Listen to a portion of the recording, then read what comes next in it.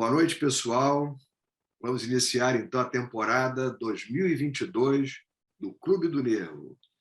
E, como vocês sabem, aqueles que nos acompanham e aqueles que vão passar a nos acompanhar, nós sempre fazemos uma vez por mês, ou às vezes duas vezes no mês, abordagens de temas na crista da onda, aquilo que há de mais recente em termos de neurologia e neurociências.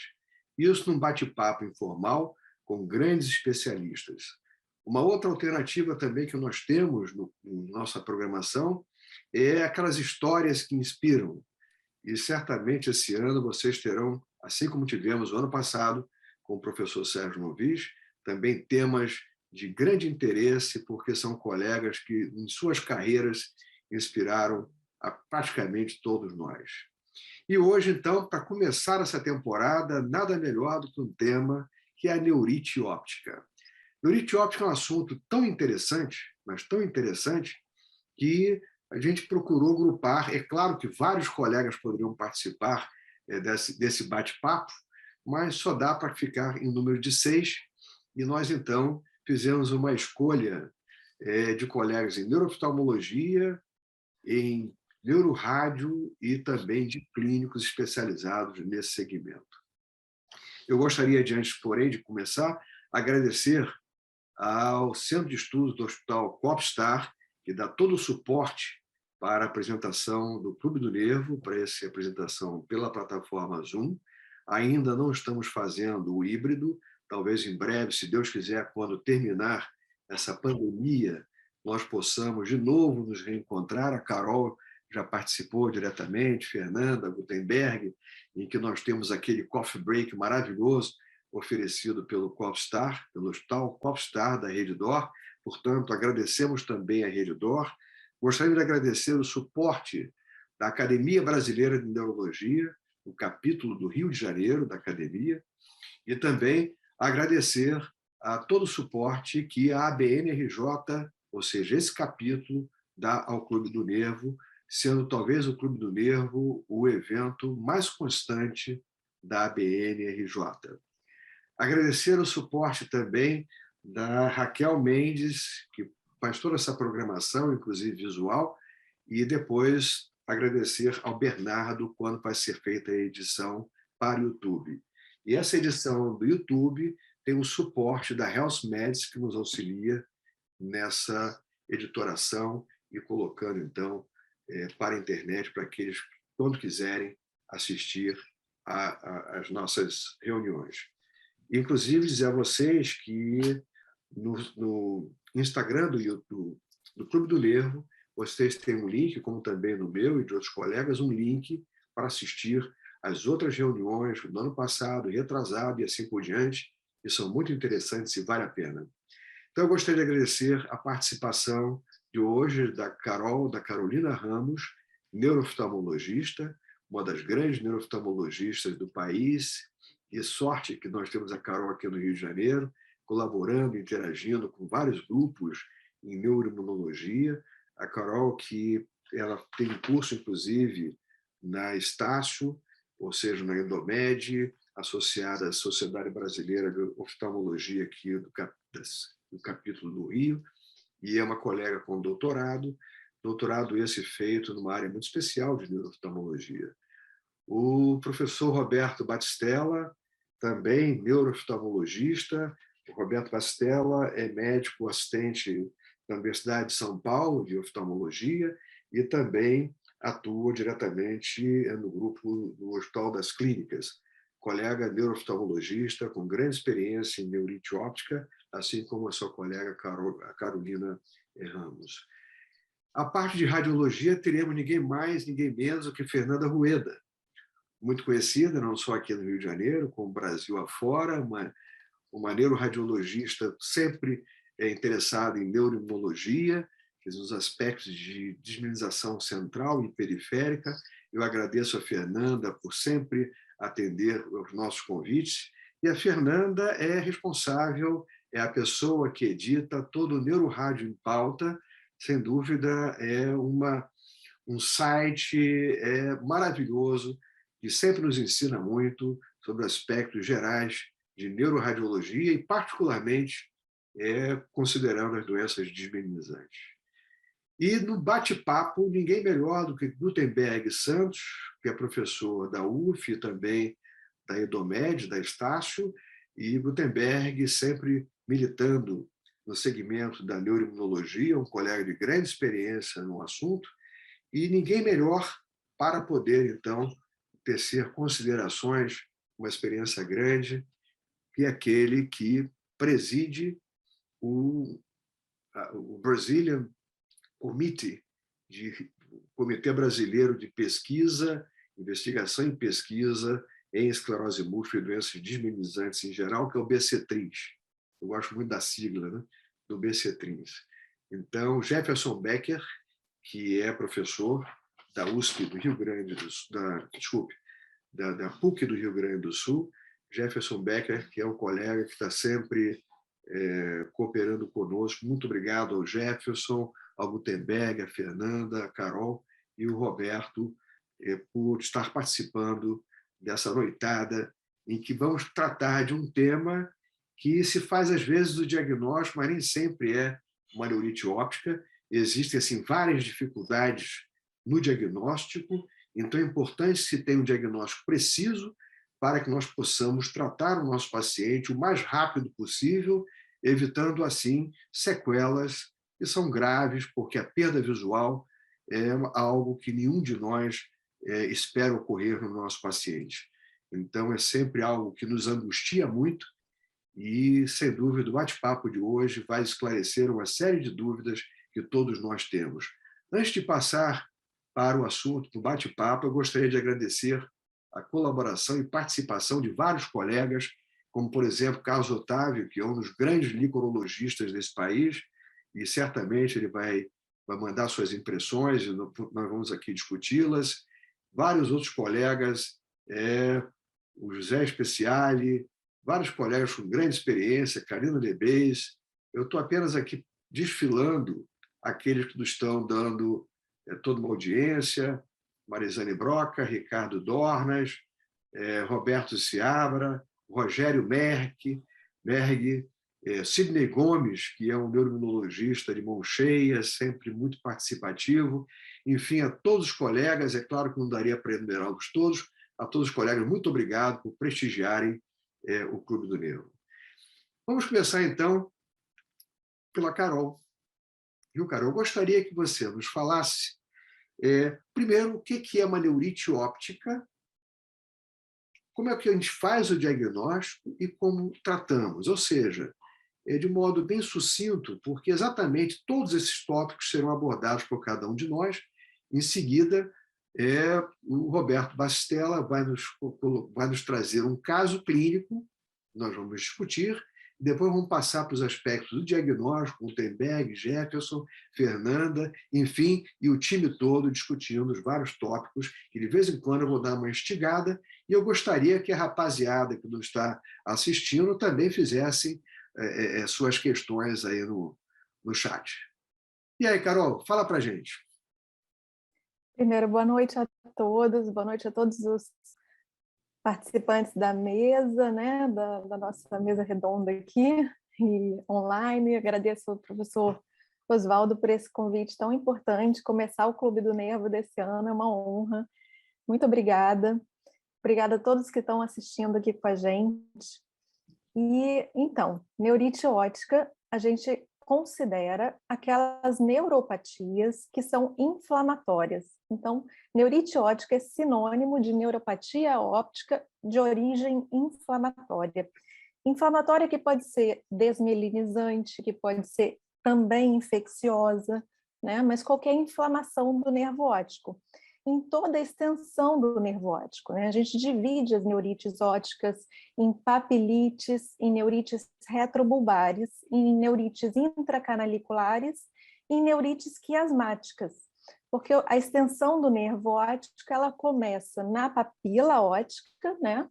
E depois tem a parte intraorbitária do nervo, que se tiver acometida somente essa parte intraorbitária a gente chama de retrobulbar, e pode ser também dentro do canalículo, do canal óptico, né? A inflamação, então a gente vai chamar de neurite óptica intracanalicular, e pode ser na parte anterior também do quiasma, ou até dentro do quiasma, chamada de neurite ótica quiasmática, ou quiasmite também, ótica. Então, a gente divide, porciona, classifica, dependendo da localização das neurites, né? O quadro típico da neurite ótica é a perda da visão central, que a gente chama de escotoma central, ou escotoma seco-central, podendo pegar também a mancha cega, a perda ou a dessaturação da sensibilidade das cores, a perda da sensibilidade das cores e do contraste, e também a dor à movimentação ocular. Essa é a tríade clássica da neurite ótica. Existem neurites que não têm essa tríade clássica, e a gente chama essas neurites de neurites atípicas. E aí também entram os outros diagnósticos diferenciais de outras neuropatias ópticas, quando a gente pensa nas neurites atípicas também, né? Quando não tem essa tríade clássica. Então, esse é o básicozinho da classificação da neurite. Maravilha. E como é que você trata a neurite, hein? Então, as neurites típicas, dependendo, né, da origem dela, a gente procura sempre buscar a origem da neurite, né? Entender se ela é infecciosa, se ela é desmelinizante, se ela é inflamatória, se ela é pós-vacinal, se ela é pós-infecciosa. Então, a gente procura primeiro entender, fazer o diagnóstico etiológico da neurite, para então tratar. Quando a gente pensa na neurite desmelinizante, a gente pensa no tratamento sendo a pulsoterapia, como padrão ouro. Mas existem vários tipos de neurite e a gente precisa realmente primeiro entender qual tipo de neurite está diante da gente. Então, essa é só é claro que é um sumário, né, que a Carol o fez de um modo brilhante, e eu vejo aqui um comentário que o curso do Roberto Bastella, tem uma colega que refere que fez o curso, a Ana Margarida Cordeiro, tá? E disse que o curso é maravilhoso, viu? Esse é um plim-plim para você, Roberto, mas eu também vou puxar a sardinha para minha colega, para minha amiga Carol, porque ela tem um curso também maravilhoso de neurooftalmo. Ou seja, eu tenho dois maravilhosos em neurooftalmologia aqui, daqui a pouco eu vou explorar vocês mais. Eu gostaria agora, então, que o Roberto mostrasse o caso dele. Ele trouxe um caso, vamos então bater um papo geral e vamos voltar a cada item desses que a Carol colocou.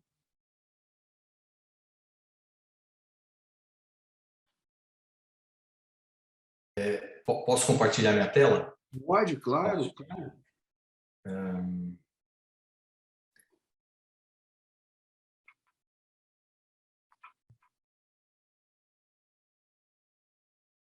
Eu trouxe aqui um caso. Primeiro, boa noite a todos.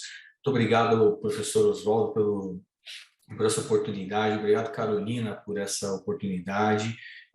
Congratulações a todos aqui que estão aqui debatendo diretamente e que nos assistem. Isso é muito incentivador, pessoalmente falando.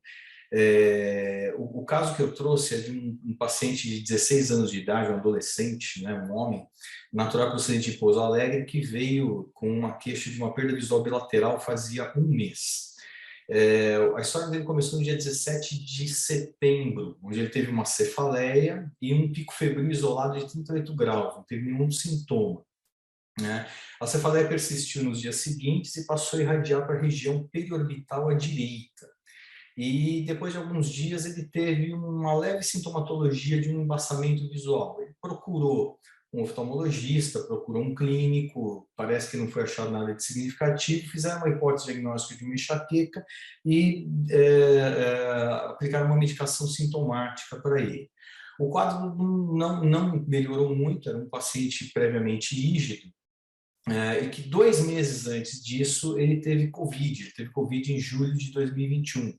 Ele teve, durante a Covid, um quadro respiratório leve e um aparentemente acometimento pulmonar muito discreto e que melhorou muito rapidamente, e a melhora dele foi muito satisfatória. Então, esse paciente com essa cefaleia, essa dor ocular, essa pequena alteração visual, ele evoluiu com uma piora progressiva dessa dor e do embaçamento visual em 2 semanas. Em 2 semanas, ele dizia que não estava mais nem vendo a luz com esse olho direito. E o olho esquerdo, ao final dessas 2 semanas, também começou a embaçar. Ele procurou, então, outro oftalmologista que fez uma hipótese de neurite óptica no olho direito, fez alguns exames, aqui eu trago para vocês apenas, para vocês verem aqui, esse é um ACT, como o paciente tem um banco de menos de 18 anos, não dá para comparar com o banco de dados, tá? Esse OCT mostra um edema no olho direito, um edema mais difuso, tá? E uma discreta elevação, um discreto edema do olho esquerdo. A retinografia que ele trouxe do dia 30 de setembro mostrava aqui um edema de papila no olho direito pequeno e um olho esquerdo com um discótico normal. A angiofluorescenografia, que também foi feita, mostrou um extravasamento do discótico, quer dizer, existia realmente um edema de papila nesse olho direito. Né? Esse paciente, então, ele foi encaminhado ao neurologista, foi internado no dia 1º do 10, coletou-se líquor e iniciou uma pulsoterapia. Ele recebeu alta no dia 8 do 10, com prednisolona, por via oral, 40 miligramas, num sistema de redução. E referiu uma melhora parcial da visão com a pulsoterapia em ambos os olhos. Aqui eu deixo para vocês um print dos exames laboratoriais desse paciente. Do ponto de vista sorológico, não tinha nenhuma alteração. O que eu tenho só de informação do líquor, o que eu tinha, é que ele era límpido, incolor e tinha 15 células. Não tem aqui o diferencial, glicose de 52, proteína de 45 e um lactato de 10,6. Era essa a informação que eu tinha naquele momento. Esse paciente, depois que ele foi internado, depois da alta, é que fizeram uma ressonância magnética. E aí veio com um laudo que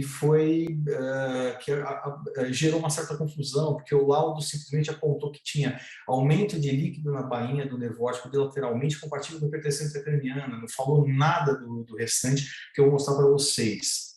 E pela possibilidade de hipertensão intracraniana, ele fez inclusive um novo líquido. Um novo líquor cuja pressão de abertura não estava registrada por escrito, tinha só uma informação verbal de que era normal.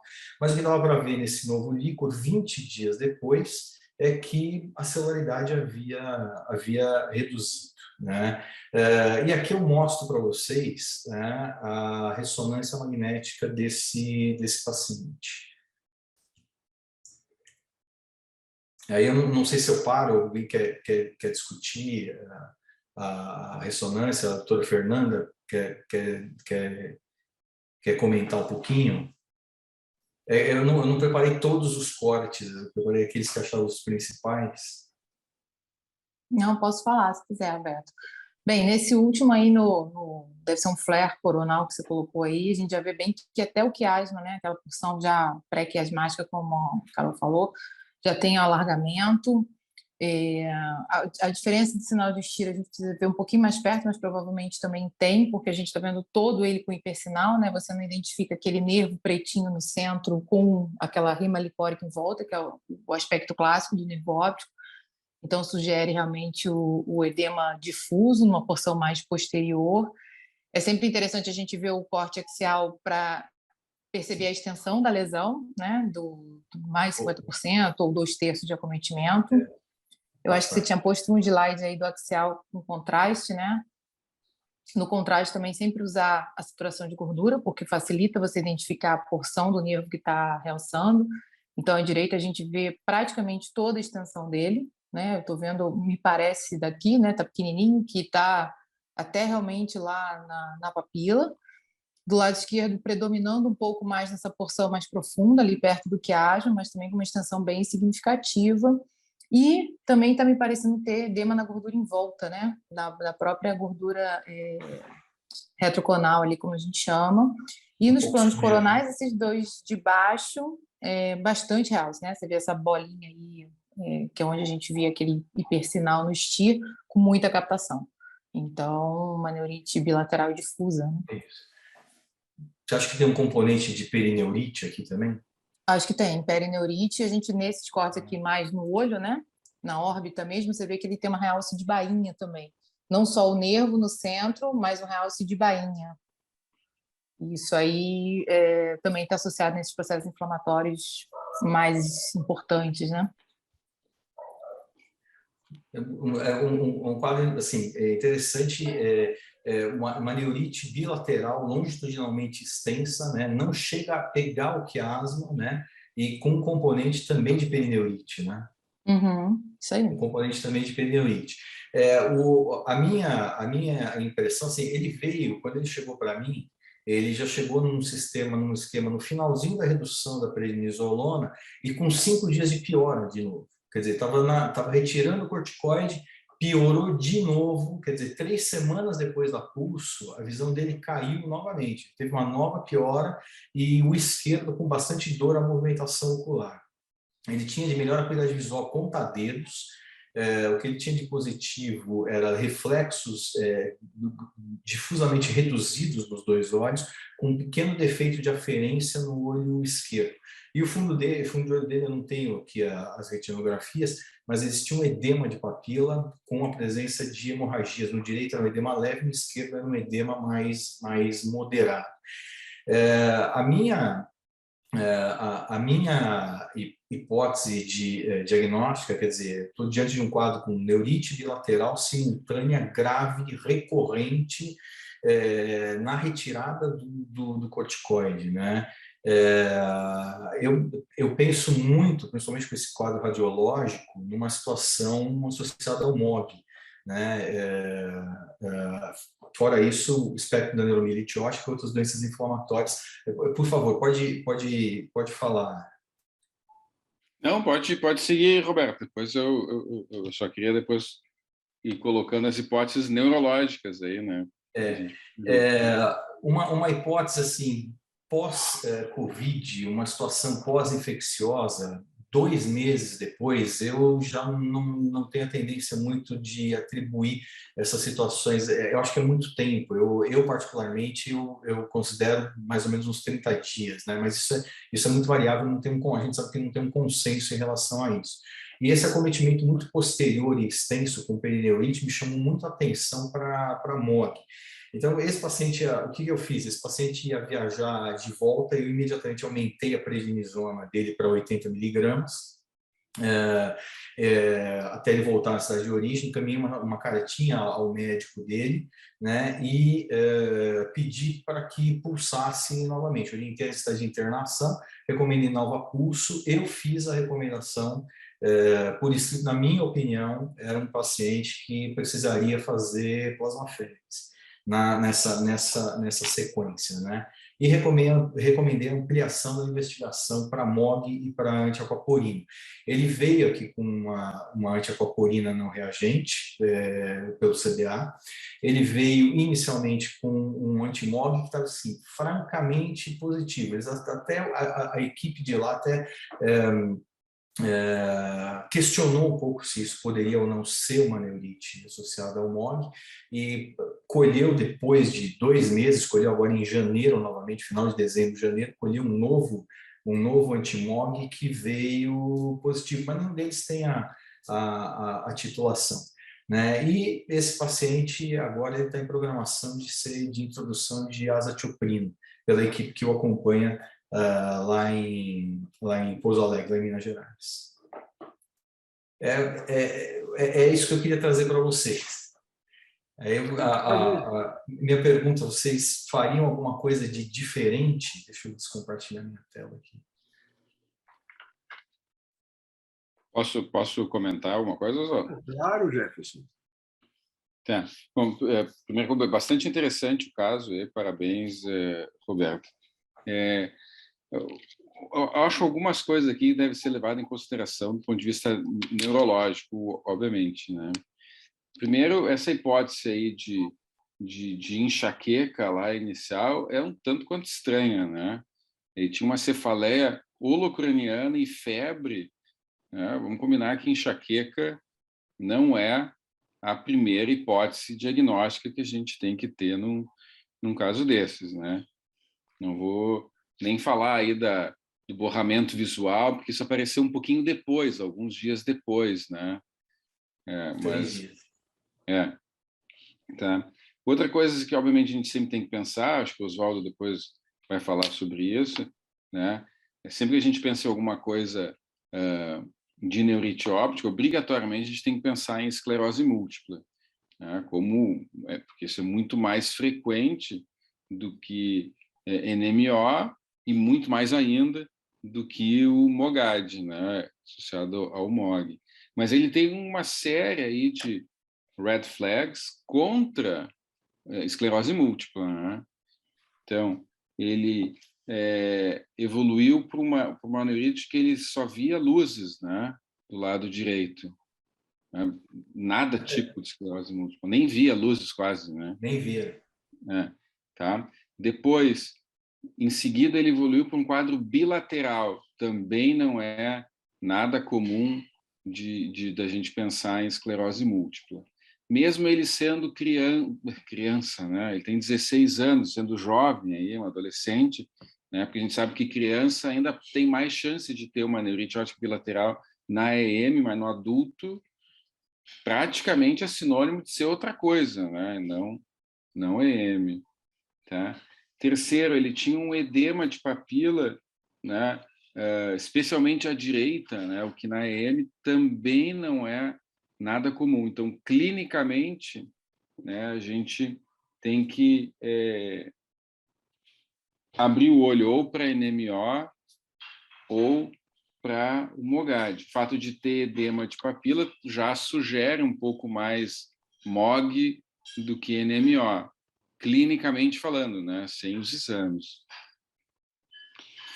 Outra coisa que eu acho que é interessante a gente sempre discutir, eu acho que o Carlos Eduardo está aí, né, Oswaldo? Não sei se ele vai Sim, falar alguma coisa depois. ele está Né? presente, sim. É esse líquor aí com 15 células. Né? Então, tem um componente inflamatório ou infeccioso, /infeccioso, mas é difícil a gente ver, né? O Oswaldo Gutenberg, me ajudem aí, a gente vê alguma infecção com tão poucos leucócitos, assim. Isso fala muito mais a favor de uma coisa inflamatória do que de uma coisa infecciosa, né? E 20 dias depois, o quadro baixou para 2 míseros leucócitos sem antibiótico, fazendo pulso ainda, né? Que se fosse uma infecção, talvez até piorasse o quadro. Né? E na ressonância, claro, a gente tem corte ali só de nervo óptico, né? Mas se via que não tinha nenhuma lesão sugestiva de hêmio, que vai ao encontro da hipótese de diagnóstico de não ser esclerose múltipla. E ele tinha algumas coisas que sugeriam aí, né? MOGAD, que é aquela perineurite, né? Que a Fernanda ali descreveu, né? E tinha também uma neurite extensa que a gente pode ver nas duas, né? Tanto na NMO quanto no MOGAD, mas não na EM. Né? E, por fim, ele piorou com a retirada do corticoide, né? Que a gente também vê bastante no MOG, não vê tanto assim nas outras. Ele tem o pacote completo aí do MOG, né? Bom, aí acho que depois a gente pode discutir o tratamento, queria ver o que o Gutenberg e a Carolina pensam também sobre isso. Né? Você fez uma análise muito boa, porque exatamente o Roberto até pensou em fazer a plasmaférese, exatamente nesse caminho, né? Porque como não melhorou o suficiente, vamos tentar fazer a plasmaférese, o que ficou faltando, não é isso, Roberto? E não Ele fizeram. acabou não, ele voltou para o serviço de origem dele e foi introduzida uma nova pulsoterapia, mas problemas administrativos com convênio, né? E aí posterga, vai, autoriza, não autoriza, até que chegou um determinado ponto que, olha, agora vamos pensar em fazer, o convênio autorizou, mas aí já tinha passado muito tempo, né? Aí já não compensava mais. Né? O MOG foi feito aonde? O MOG foi feito, o primeiro foi feito no Hermes. Ah, Tá? Hermes Pardini. O segundo, Eu posso buscar aqui para dizer para vocês. Mas porque não tem titulação, né? não tem titulação, quer dizer, e eu acho que caberia até o diagnóstico diferencial aí, porque nós temos na época da Covid, né? A gente tem visto algumas coisas interessantes. Vou até voltar a Carol, que teve uma coorte grande agora de pacientes com Covid. Você chegou a ver alguma coisa semelhante, Carol? Depois eu vou voltar aos neurologistas. Vi sim, professor. Inclusive, um paciente da Ruth, que está assistindo a gente aqui, uma paciente que, pós-parto, teve um Covid e fez realmente uma neurite também por MOG, com MOG positivo. E esse paciente também está com o Henrique Cal, que também deve estar aqui assistindo a gente. Depois teve uma biópsia de nervo feita, que não veio nada de específico, e ela tinha também uma parestesia de membros inferiores, e tinha esse MOG positivo, e a gente ficou sem saber se o MOG poderia fazer alguma reação cruzada também, em função de ter tido Covid, sabe? Esse fraco positivo do Roberto me fez lembrar muito esse caso, que a gente também ficou na dúvida se esse MOG era de fato positivo ou não. Uhum. Eu sei que você comentou esse caso, inclusive, comigo. E aí, o que você acha, Gutenberg? O que você acha, Jefferson? Será que a gente teria esse tipo de reatividade nesses pacientes numa situação hiperimune? Porque a tradução maior aí é a situação hiperimune que esses pacientes ficam, e a gente tem visto isso em algumas neurites. Quer dizer, não responde a imunoglobulina, vai responder o corticoide em alta dose, e se não for corticoide, depois, se for passar, tem que passar para a plasmaférese. O que vocês acham disso, hein? Até complementando, né, o Jefferson colocou muito bem, né, toda essa evolução do ponto de vista da neurologia com relação ao caso, né? Então, apesar da gente ver aí, né, que a grande maioria dos pacientes de esclerose múltipla, em algum momento a gente vai encontrar neurite óptica, né? Mais de 70% desses pacientes realmente apresentam em algum momento neurite óptica, né? E até uma grande porcentagem deles é o sintoma com o qual eles vão abrir o quadro, né? Esse rapaz tinha muitos red flags para a esclerose múltipla e, ao mesmo tempo, chamava muita atenção para a questão do MOGAD. E aí chamar atenção para essa questão do tratamento, como você estava falando, né, professor? Uma questão de manter esse corticoide oral por mais tempo nesses pacientes, né? Já tem alguns trabalhos mostrando essa importância, né? O que muitas das vezes a gente acaba não fazendo nos pacientes de esclerose múltipla, e também a importância, né, de sempre que possível, né, diante de uma resposta aí pobre, né, evoluir de uma maneira mais precoce para a plasmaférese, né? A gente já vê que esses pacientes que evoluem para a plasmaférese de uma maneira precoce, eles têm uma evolução muito mais favorável. Já com a imunoglobulina, a gente não tem tantos estudos que deem suporte, né, para essa indicação aí da imunoglobulina, né? Então ficaria ali como uma opção também, talvez até pelo tempo que se demora a entrar com a imunoglobulina, pode ser uma questão que falseia aí o resultado dos estudos. E aí eu até deixo essa pergunta para o Jefferson aqui também, já comentando a parte do Covid que a Carol estava referindo e o que o professor falou com relação à titulação, né, e onde foram feitos esses exames. E aí eu deixo para o Jefferson comentar, né, que ele está no centro de excelência ali com relação à questão da testagem, né, os anticorpos. Nós todos mandamos pacientes lá para testar lá na PUC do Rio Grande do Sul, né, e realmente um tempo de evolução aí, pelo que o Roberto falou, um pouco maior, né? Então 2 meses após, né? Então a gente já deixaria isso um pouco em suspeição.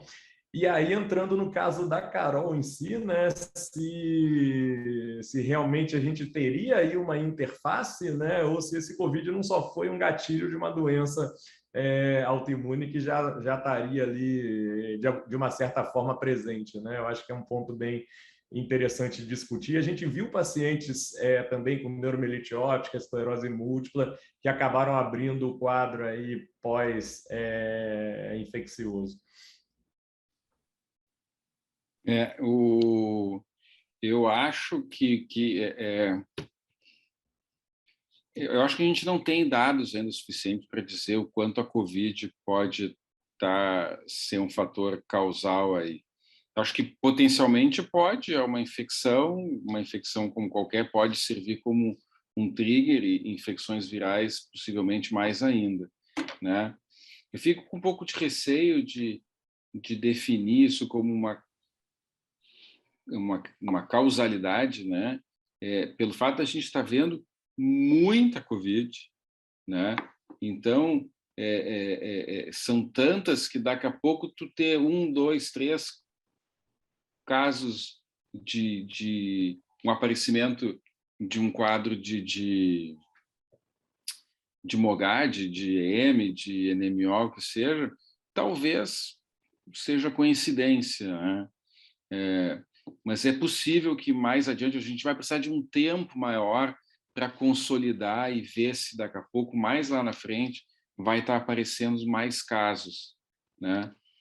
Mas é certamente diferente, né, Oswaldo, de, por exemplo, do Guillain-Barré que a gente viu, aliás, eu não vi porque a gente não teve tanto, né, praticamente não teve, com Zika, que aí houve, disparou lá em cima os quadros. Mas a gente não está vendo isso.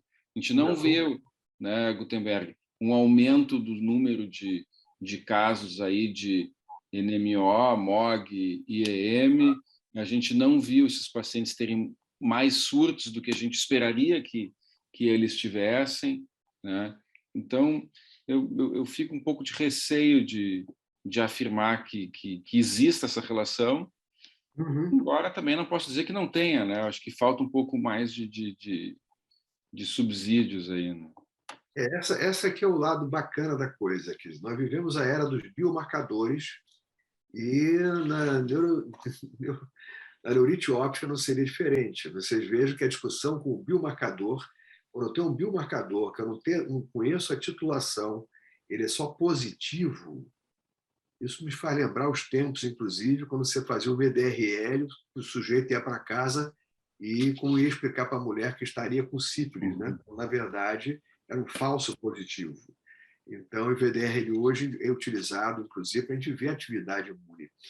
Ou seja, é um momento muito interessante e até aqui a observação do Eduardo Shoa me chama a atenção de um trabalho agora, um artigo 2021, ele lá de Brasília está atento, chamando a atenção de caso com neurite óptica pós-Covid, inclusive, quer dizer, ele botou inclusive bilateral, mas tem uma característica que a Carol falou ainda há pouco, que é aquela história das neurite ópticas, quando você tem uma relação com doenças divinizantes como esclerose múltipla, geralmente é unilateral, a grande maioria.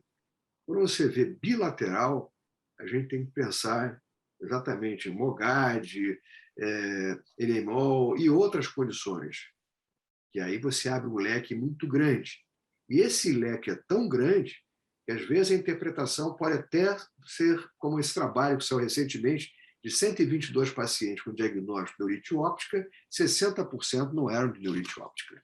Então, a gente tem que ter muito cuidado com isso. Essa questão, eu acredito que a gente precisa aprimorar mais esses biomarcadores para poder definir melhor. Eu ficaria, Roberto, exatamente aí como está o Jefferson, todos nós, inclusive você, né? A gente, uma expectativa de como a coisa evolua. Mas a gente aprendeu muito em neuroimunologia com a própria resposta, né? Quer dizer, quando a gente tem uma doença que responde ao corticoide, a gente diz, não, é uma doença neuroimune, é imunológica. Ele respondeu ao corticoide, tirou o corticoide, precisou do corticoide de novo, não fez a alternativa que seria a plasmaférese. Então, isso, de qualquer maneira, dá essa conotação de uma participação hiperimune nesse processo. Fica difícil a gente saber essa relação com a Covid, como já referido, ou não, e seria interessante que a gente conhecesse essa titulação. Viu? Mas voltando à titulação especificamente, né, a gente não tem nenhum trabalho aí que realmente nos defina qual é o ponto de corte, né? Segundo a Silva Tannenbaum, que está participando, né, assim como o Douglas também está participando, né, do trabalho aí para definição dos guidelines e dos critérios diagnósticos de MOG, que deve estar saindo por agora, né? A tendência de que eles firmem um ponto de corte maior do que 1:20, né? 1:20 até nem tem, né? 16, né? Pelo menos isso, né? Então seria interessante se a gente tivesse, né? Mas não temos, né? Aí a gente vê a outra questão, né? Clinicamente e radiologicamente, né? Tem tudo para ser MOG, né? Tudo para ser, concordo plenamente. Tudo para ser, né? Pô, aí eu não sei se é bom hoje falar, né, Gutenberg, de porco, né? Mas enfim, né? Ele tem a orelhinha do porco, ele tem o focinho do porco, né? O rabinho do porco e tem gosto de porco. O gosto até não está tão bom assim, mas só pode ser porco, né? Só pode ser MOG, né? Agora, essa titulação, esse exame que foi colhido, ele foi colhido depois de uma pulsoterapia, mais praticamente um mês de corticoide VO. Então, essa titulação fracamente positiva, ela poderia ser compatível. Uhum. E até se o Jefferson quiser comentar um pouquinho a respeito da questão da manutenção da positividade do anticorpo versus a recorrência, Jefferson, o que você... Eu acho que tem essa questão que o Roberto colocou aí, ele estava em uso, em vigência de corticoide, já tinha feito 2 pulsoterapias, né? E depois, então, provavelmente isso também ajudou a baixar Bom, a gente não sabe também se estava alto ou baixo, porque a gente não tem nem ideia se estava... Não, ali diz que estava fracamente positivo, né? Fracamente positivo. E o segundo só veio positivo. O segundo só diz positivo. Então, o segundo a gente não sabe. Tem essa outra questão. Existe um problema, Jefferson, desculpe, eu queria que você comentasse, já que esse trabalho que o Douglas está fazendo, o Douglas sabe uma autoridade no assunto, a questão desses biomarcadores é questão também técnica. De você aferi-los e tudo mais, entendeu? Tem um laboratório que diz que faz, mas não faz com a qualidade que nós esperaríamos. É claro que a clínica, viu, Roberto, tem todos os elementos aí muito indicativos, não tem a menor dúvida. Que quem está discutindo é um pouco mais de detalhe em termos de a gente conhecer melhor o biomarcador e essa situação, se é válido ou não. Agora que eu vi que é 1:20 ou acima de 1:20, eu acho que... A técnica tem que ser baseada em células. Em princípio, é a técnica feita pelo Pardini, né? Mas eles usam o kit comercial, que é diferente de tu fazer num kit, né? Enfim, não comercial, né? A sensibilidade é um pouco menor, né? Então, isso também é outro fator que pode modificar, né, a resposta. A outra questão que eu acho que o Gutenberg queria colocar também é em relação ao tratamento, né?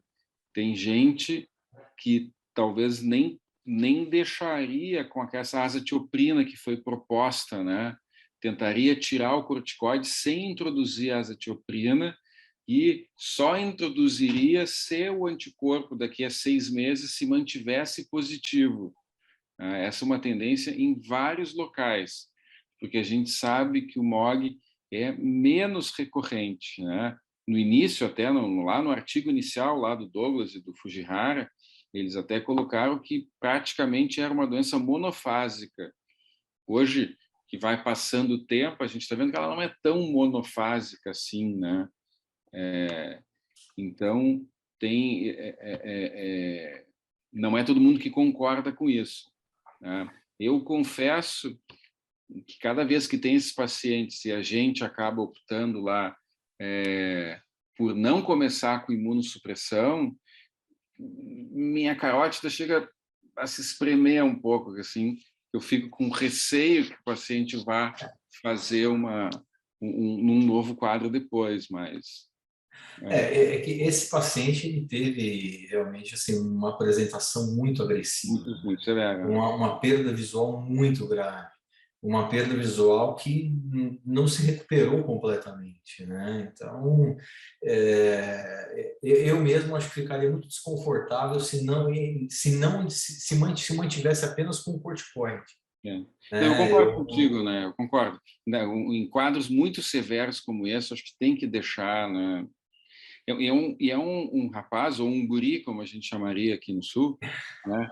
Com 16 anos. Se ele já com 16 anos ficou com uma sequela visual, nós vamos nos arriscar que ele tem um outro episódio, daqui a pouco fique ainda mais comprometido. Acho que não dá para aceitar isso, né?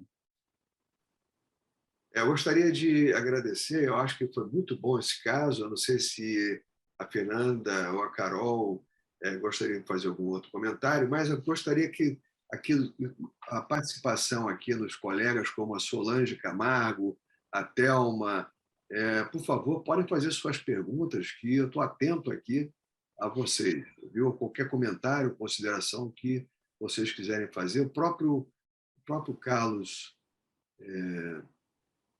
não deixar de, talvez, considerar a questão daquela pergunta do líquor. Tá? Então, deixa eu ver se ele saiu, continua.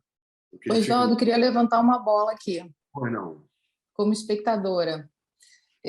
A gente vê assim, a associação do ADEM, né, com o MOG hoje, principalmente nas crianças e nessa faixa etária mais jovem.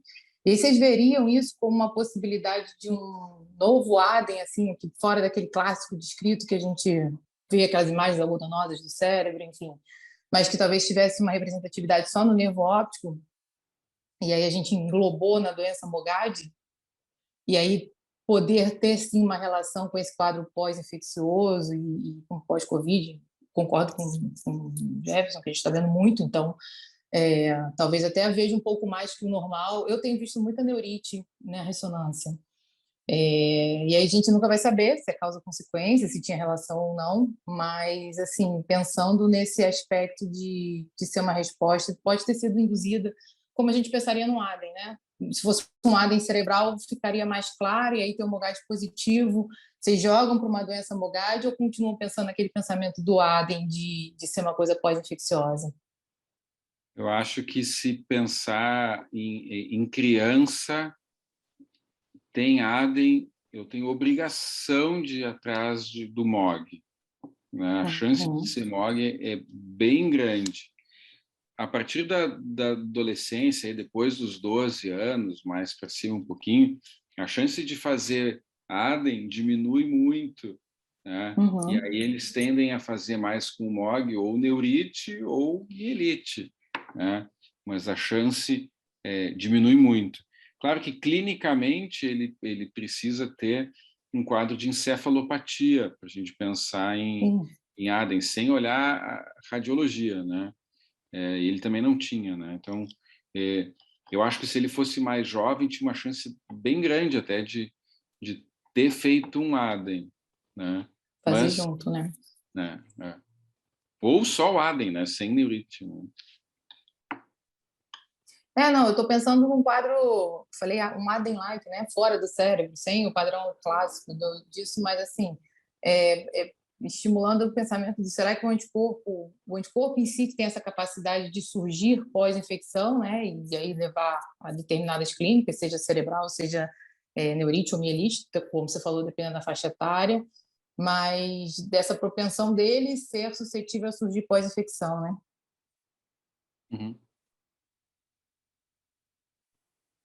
Carlos Otávio, eu joguei a pergunta para ele, né? Se aquela história de menos de 50... Eu acho que a Carolina queria falar alguma coisa, Oswaldo. Desculpa, levantou a mãozinha aqui, agora que eu vi a mão da Carolina ali. Eu queria perguntar para o Jefferson, na experiência dele com tanto com o MOG, NMO, MOG, AD, se nesse tipo de paciente, ele vê mais começando com mielite ou mais começando com neurite óptica. E se esse paciente, por exemplo, de 16 anos, teria indicação da gente fazer imagem de neuroeixo dele também, buscando algo de mielite já, mesmo que ele não tivesse a clínica de mielite. A gente acaba vendo mais neurite no MOG do que mielite, embora, obviamente, eles possam fazer, né? E no NMO, daí varia um pouco também de local a local, mas pode ser qualquer um deles.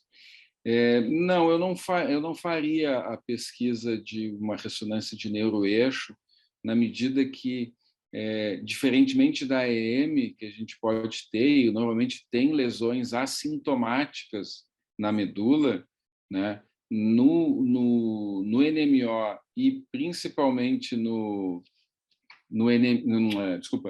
MOGAD e principalmente no NMO, isso praticamente não existe, né?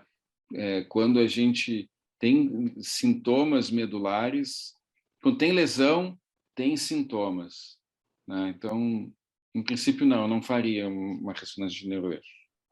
Uhum.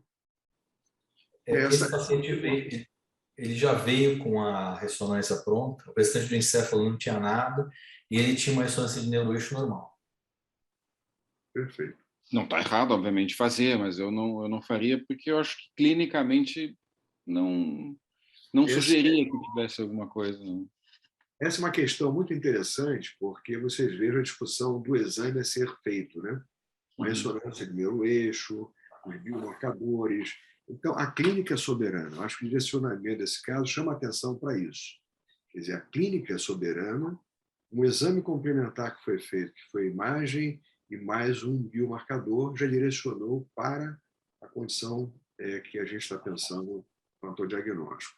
Então, vamos voltar um pouquinho para a questão mais genérica da neurite óptica e que exames hoje em dia nós teríamos a serem feitos. Falamos da imagem, já que falou imagem, vamos ouvir um pouquinho a Fernanda nesse discrime diferencial da imagem da neurite óptica. Eu acho que esse caso que foi mostrado foi bem ilustrativo do MOG, né? Nem sempre eles vêm tão lindos, nem para o MOG, nem para as outras neurites mais simples.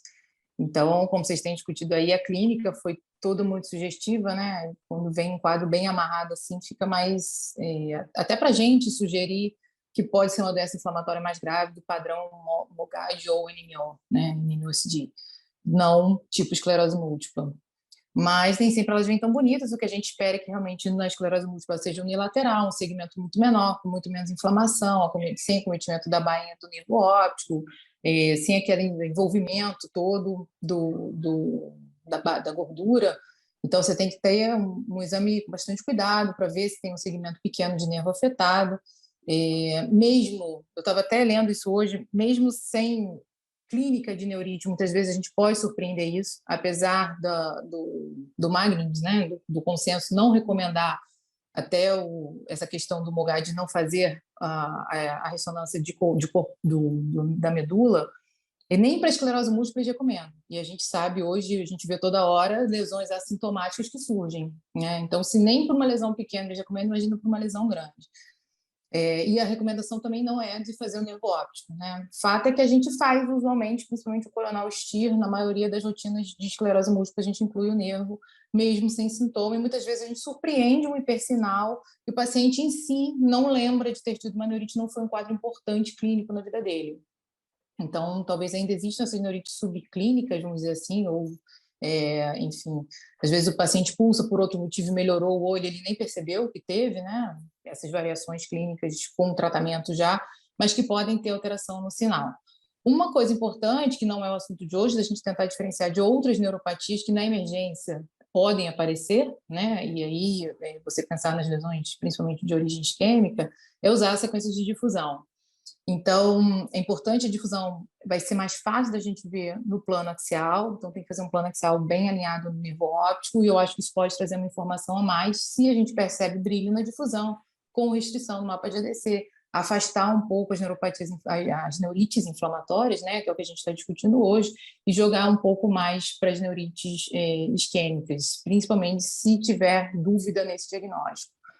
Um ponto até que me levantaram hoje é sobre a dificuldade de você, muitas vezes, fazer a ressonância num contexto de emergência e ter que tomar uma conduta a partir dali, né? Então, não vai ter muito jeito, vai ter que ser no talento clínico com que você tem à disposição.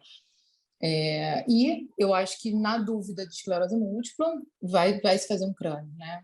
Mesmo nesse caso, que radiologicamente era muito típico, a gente viu que o laudo veio totalmente sem correlação com nada, vale a pena, enfim, já que está fazendo a órbita, fazer um crânio e descartar que tenha a possibilidade de lesão cerebral típica de esclerose múltipla, principalmente nos quadros mais borderline ali, que não são tão típicos de uma neurite mais grave, assim.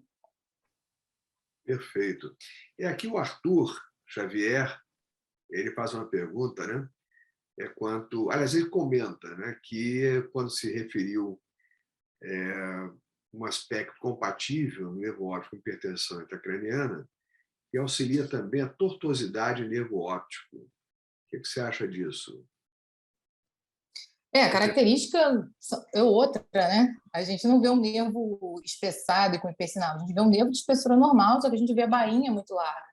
Então, naquele corte axial, naquele corte coronal, né, que eu falei, a gente está vendo duas bolinhas bem brilhantes. Normalmente a gente vê o nervo pretinho com um halo preto em volta e aquele círculo branco, né, do líquor. Quando a gente perde aquela definição, é porque você tem um nervo inchado e brilhando porque ele está com edema. Mas quando você vê a bainha muito larga e o nervo continua fininho lá no meio, que é totalmente diferente do ponto de vista radiológico, e aí a tortuosidade você vê até melhor no eixo axial, né, porque ele faz aquelas curvaturas, assim, kink, né, bem marcado dentro do seu trajeto ali orbitário, isso é mais sugestivo. Então, assim, aquele realce todo que apareceu, aquela infiltração de gordura, a porção pré-quiasmática ali bastante demasiada, aquilo não tem repercussão nenhuma para a hipertensão intracraniana. Tem que pensar em doença do nervo mesmo, diretamente. Fora os outros achados intracranianos que podem estar associados. Uma pergunta. Normalmente a gente tem um realce, que é um realce normal, um pouco da bainha do nervo, né? Uhum. Às vezes é difícil, quer dizer, nesse caso, é uma situação bastante extensa, né? De perineurite. Mas, às vezes, a gente vê interpretações de perineurite para situações que clinicamente não tem nada a ver com perineurite, e a gente olha, parece uma impregnação normal. É um pouco difícil, às vezes, quando a impregnação é pequena, de você fazer essa diferenciação. É correto isso? Sim, é correto. O que você pode tentar usar de dica é que aquilo ali é dura. Então, ela vai realçar igual a dura do cérebro. E aí você, como vê o corte coronal, sempre vai pegar um pouquinho aqui de cérebro da região frontal, olha como é que aquela dura está impregnando e volta lá e olha no olho. Então, vai ter uma correlação. Então, a gente vê a dura impregnar normalmente. Quando faz o coronal com FET7, isso fica mais evidente, porque você tira o hipersinal da calota, você tira aquela gordura ali da calota. Então, o real se destaca mais, principalmente para quem não está habituado a ver um coronal com FET7, que a gente não faz de rotina, a pessoa, aquilo chama mais atenção. Então, ela pode tender a valorizar dentro de um quadro que venha suspeita de neurite. Então, assim, o radiologista sem muita informação, sem aquele costume de ver. Então, assim, olha dentro do crânio, que sempre vai ter um pedaço de crânio aparecendo. Aquilo ali pode te dar uma dica de como você tem que esperar o realce ali daquela meninge, isso é interessante. E eu acho que tem que olhar no STIR, né? O coronal STIR, você tem que ver como é que está aquela gordura. A gordura tem que estar totalmente preta no STIR. Se brilhou alguma coisa ali em volta daquela banha, por mais que seja tênue, aí dá para você, junto com esse contraste, valorizar uma perineurite incipiente, alguma coisa nesse sentido. Mas olhar sempre esses dois pontos, né? Valorizar muito o STIR, porque tem que estar preto. Agora, cuidado, porque muito metal de boca, né? Hoje é comum implante, muito metal na boca, então aquilo pode não suprimir a gordura do STIR, isso é um erro que eu vejo também. E aí aquilo fica brilhando no STIR, a pessoa acha que é edema, quando na verdade é falta de expressão. A incapacidade da ressonância de fazer aquilo, né? Uma limitação técnica por conta do dente. Então, nessa avaliação de órbita, a gente tem que ter muito cuidado com isso. Também pode projetar em cima do globo ocular, pode projetar em cima do trajeto do nervo e prejudicar essa avaliação. Mas no contexto ideal, cola, né? Como é que está o realce da dura intracraniana, porque vai ter o mesmo padrão, a gente sabe que tem. e olho o STIR para ver exatamente esse brilho, né? Ali tem que estar preto, começou a brilhar, é porque tem líquido, mesmo que seja mínimo, ele vai aparecer bem. Obrigado pela dica. Que outros exames, então, nós poderíamos solicitar? Vamos lá, pessoal. O OCT. Vamos lá, Carol. A contribuição do OCT. Deixa eu só fazer uma pergunta aqui para a Fernanda. Tá? As neurites infecciosas, Fernanda, tem alguma coisa que sugira na imagem? Não. Por exemplo, sífilis, por exemplo. Uma neurite óptica pela sífilis. Aí pode ser difícil, né? Porque vai ter a perineurite, porque você pode ter algum cometimento vascular, e aí você pode ter foco de isquemia junto, ainda mais a sífilis, que a gente sabe que tem um componente meningovascular, né? Que também pode ir para o olho. Então, você pode ter todo o componente junto e na hora que você fizer a difusão também pode ter foco de restrição. Então, assim, fica mais complexo a gente conseguir chegar nesse diagnóstico diferencial. Vai mais pela clínica mesmo, para sugerir se não é infecção. Ou seja, posso complementar a neurite infecciosa? Quando as neurites infecciosas, normalmente você tem achados extraneuro. O que são os achados extraneuro?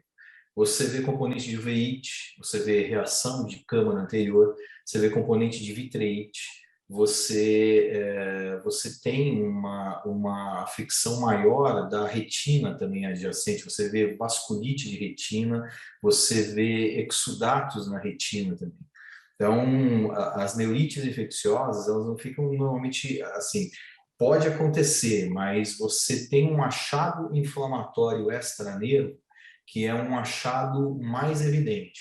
Isso, quando a gente se depara com isso, é importantíssimo fazer esse diferencial com as neurites infecciosas. E o que a gente conseguiria ver clinicamente? Clinicamente, os sintomas eles podem imitar completamente. Você pode ter perda visual rapidamente progressiva ao longo de dias, com dor ocular,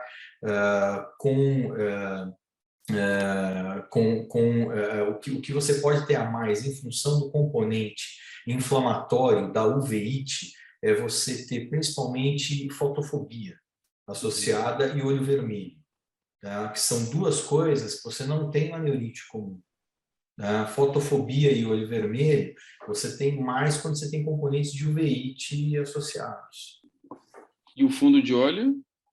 O fundo de olho, na neurite associada a um quadro infeccioso, você tem, costuma ter, muitas vezes, o nervo um pouco mais edemaciado, com mais exudação, e isso que eu falei, o envolvimento da retina. Né? Você tem a presença de vasculite, os vasos eles ficam embainhados ali no fundo de olho. Você tem retinite muitas vezes associada, né? Com exudatos algodonosos, exudatos duros e hemorragias de retina também, que são coisas que você não vê na neurite, na esclerose múltipla nem na NMO, né? E tampouco no MOG, quer dizer, o MOG ele das neurites é o que mais leva realmente a um edema mais exuberante, mas não com esses achados inflamatórios extraneiros. Isso é muito difícil. A estrela macular também Roberto, já que você enumerou, se refere a da estrela macular, né? A estrela macular, ela é característica da neuroretinite. A neuroretinite é uma doença onde você tem muito mais o quadro inflamatório acometendo mais a vasculatura em volta do nervo óptico. Quando você tem, o que é o quadro clássico da neuroretinite? É o edema de papila com a estrela macular. No entanto, a estrela macular, ela não se forma no começo do quadro. Então, isso no começo, ele confunde muito com neurite anterior, com papilite. Tá? Você tem a afecção da vasculatura, você tem um descolamento seroso da retina, esse descolamento seroso da retina ele escorre para o polo posterior, e aí você tem a absorção do descolamento e a deposição proteica. Aí você tem a formação da estrela macular. Então, o agente mais típico levando a isso, tá? A Bartonella henselae, a doença da rendidura do gato. Né? Então, o quadro típico fundoscópico, edema de papila com estrela macular. E se tem uma doença que não se associa com a neuroretinite é a esclerose múltipla. Ela não se associa com a neuroretinite. Né? Aí você tem doença da redor do gato, sífilis, TB, você tem uma série de outras coisas, inclusive situações que podem ser idiopáticas também. Obrigado, isso é importante, porque, ou seja, se tiver edema de papila, pessoal, cuidado, tem que se investigar melhor. Os neurologistas, eles têm cuidado com o papiledema, entendeu? Mesmo que incipiente. Então, tem edema, cuidado, porque tem mais alguma coisa, não é isso, Gutenberg? Exatamente.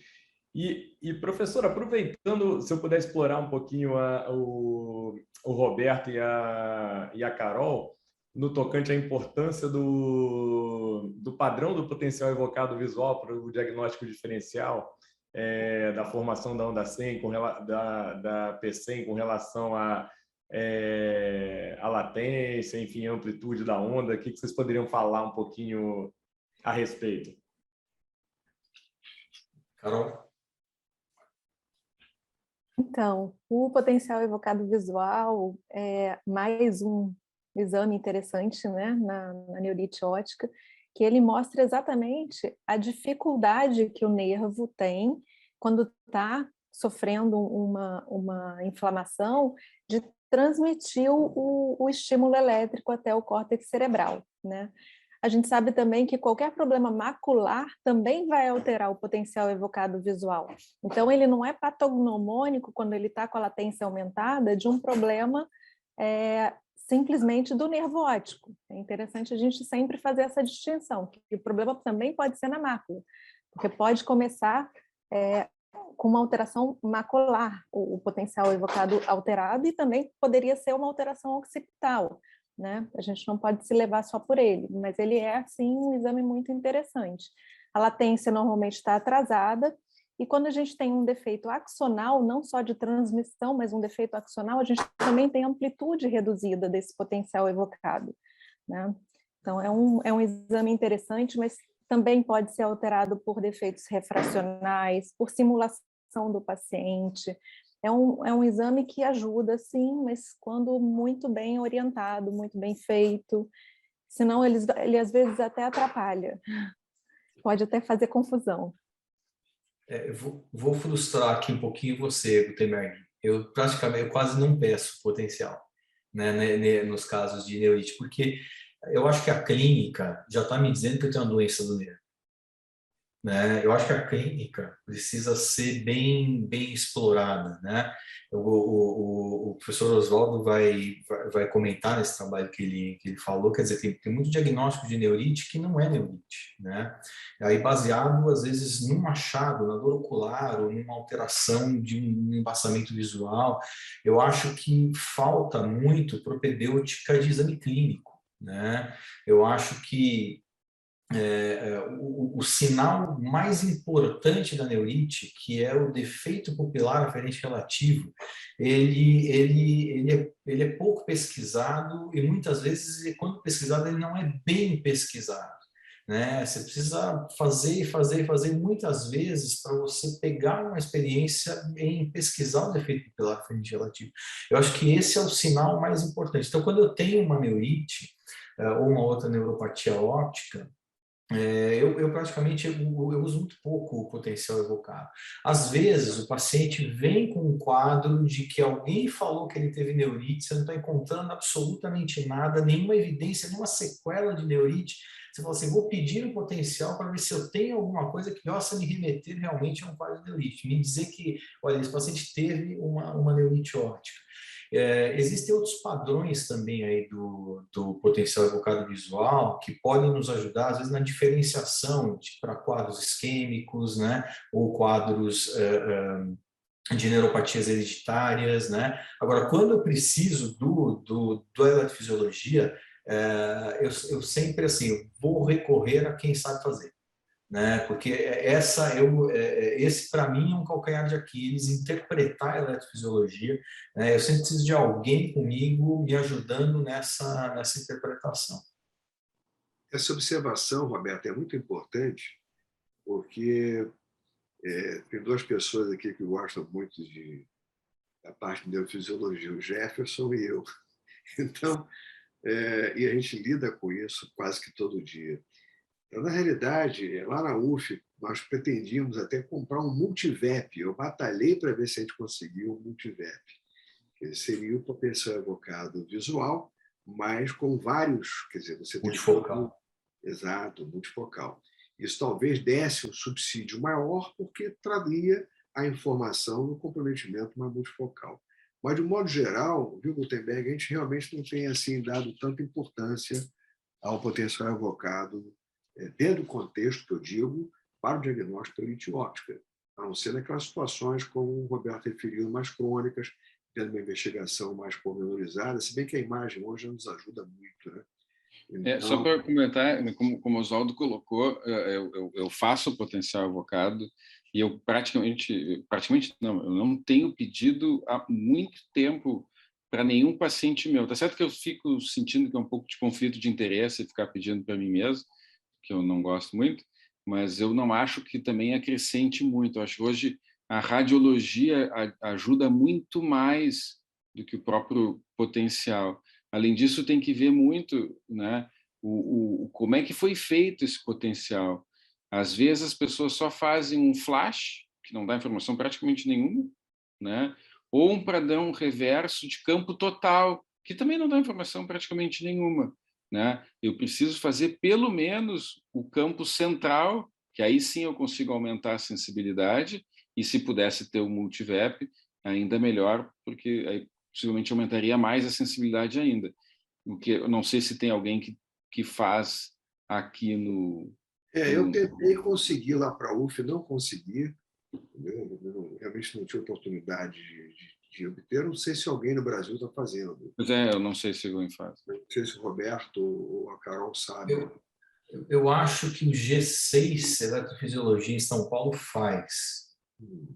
Não tenho certeza, eu nunca pedi. Nunca pedi, mas eu acho que o G6 em São Paulo faz. Posso até checar essa informação para dar para vocês depois.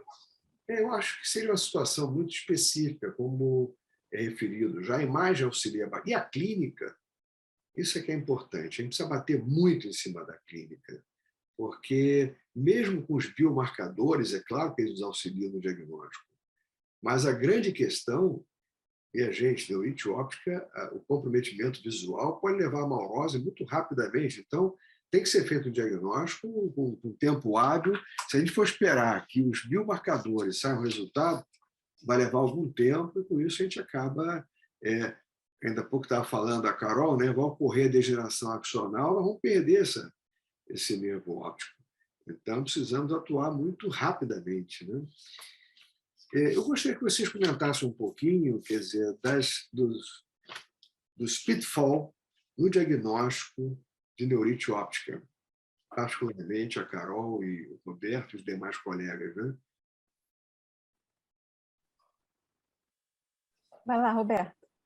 Eu não entendi, o professor. Exatamente, os pitfall, quer dizer, faço o diagnóstico, chega uma jovem de 25 anos, extremamente ansiosa, claro, porque está perdendo a visão, de um lado, e ela já refere como se fosse uma perda visual, e daqui a pouco vai um colega, aí um oftalmologista, já aconteceu algumas vezes, isso é na vida real. Aí isso deve ser uma neurite óptica. Tá? Aí daqui a pouco procura um outro, porque ela vai, hoje a informação no Google é muito grande, né? Vai neurite óptica, a pessoa apavora. E aí? Qual a experiência de vocês nessa via crucis muito rapidamente desenvolvida pelo paciente? Porque é muito comum ir primeiro ao oftalmologista para depois ir ao neurologista, né? O que eu falei aqui anteriormente. Eu acho que assim é preciso explorar bem a história e é preciso explorar bem o exame clínico, né? Então tem muita coisa que a gente pode fazer no consultório de exame clínico, né, para estabelecer se esse paciente realmente tem uma perda visual associada ao nervo óptico. Então assim a história é fundamental. em procurar dados de história que às vezes possam te remeter a outras situações. Então, o que é a neurite? A neurite, você tem uma perda visual e você tem uma redução do brilho, você tem uma redução da percepção de luz. Então, muitos pacientes chegam falando para você que tem perda visual com brilhos na visão. Tá? Isso não nos remete a nervo óptico, isso nos remete à retina, isso nos remete a um quadro de enxaqueca, né? Então, isso são pequenos detalhes na história que nos ajudam bastante. Outra coisa é o paciente, muitas vezes ele chega e fala, não, hoje eu perdi a visão, mas no dia seguinte eu recuperei. Então, isso não é compatível com neurite. Né? A neurite, a gente sabe, ela vai caindo a visão progressivamente ao longo dos dias. Né? Então, o paciente, hoje embaçou, amanhã está bom, amanhã embaçou de novo, depois está bom, isso não é neurite. Né? Isso é uma outra condição, menos neurite. Né? Eu, particularmente, uso muito no consultório o teste de visão de cores. Tá? Eu acho que a neurite óptica, ela tem, assim, você tem uma perda de visão de cores que é desproporcional à acuidade visual do paciente. Né?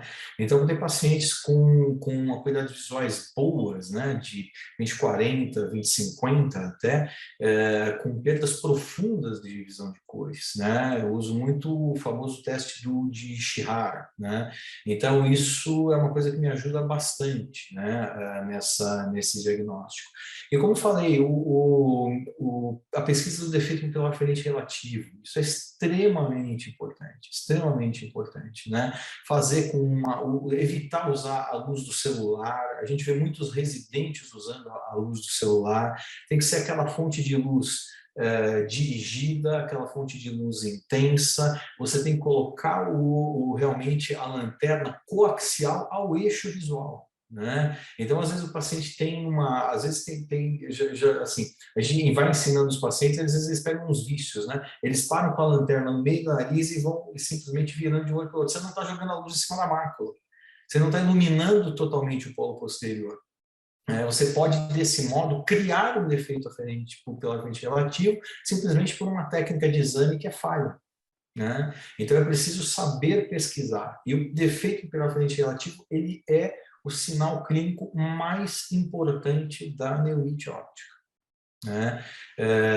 E, é claro, na sequência disso, você vai levantar suas hipóteses diagnósticas e, a partir do exame clínico, na sequência, você vai fazer toda a parte de propedêutica armada. Né? O OCT, ele é uma ferramenta muito interessante, é uma ferramenta muito boa, mas eu ainda vejo o OCT muito mais como descritivo do que preditivo. Né? Então, eu uso bastante o OCT, né, assim, para fazer diferencial entre os edemas de papila. Hoje em dia, a gente tem dado muita importância para o Basecamp do OCT. Sabe aquele corte que você passa, normalmente você vê que passa na mácula, aquele corte de alta definição, você vê todas as camadas? Você pega esse corte, você passa em cima do nervo óptico. Né? Isso te ajuda bastante a fazer diferenciais entre pseudoedemas e edemas verdadeiros. Isso te ajuda bastante a ver, por exemplo, dúvidas de papila. Isso te ajuda bastante a ver se tem celularidade vítrea, que te ajuda, muitas vezes ela é pequena, você não vê ao fundo de olho e ela te ajuda a identificar um quadro que seja inflamatório ou infeccioso um pouco mais exuberante. Isso nos ajuda, por exemplo, no início do quadro da neuroretinite, onde você não tem a estrela macular e às vezes você não consegue visualizar no fundo de olho o descolamento seroso. Você faz o OCT, ele te mostra o descolamento seroso. Então, tem muitas coisas que a gente consegue utilizar o OCT como uma ferramenta ainda descritiva, né? E que te ajuda muitas vezes no diagnóstico diferencial inicial entre as diversas causas de edema de papila. Perfeito. Nós discutimos aqui ainda há pouco a questão, por exemplo, tem umas situações muito interessantes, né, de biomarcadores relacionados à neurite óptica, que pode ter relação com ela. E um deles é o GFAP, né? Que é a proteína glial fibrilar.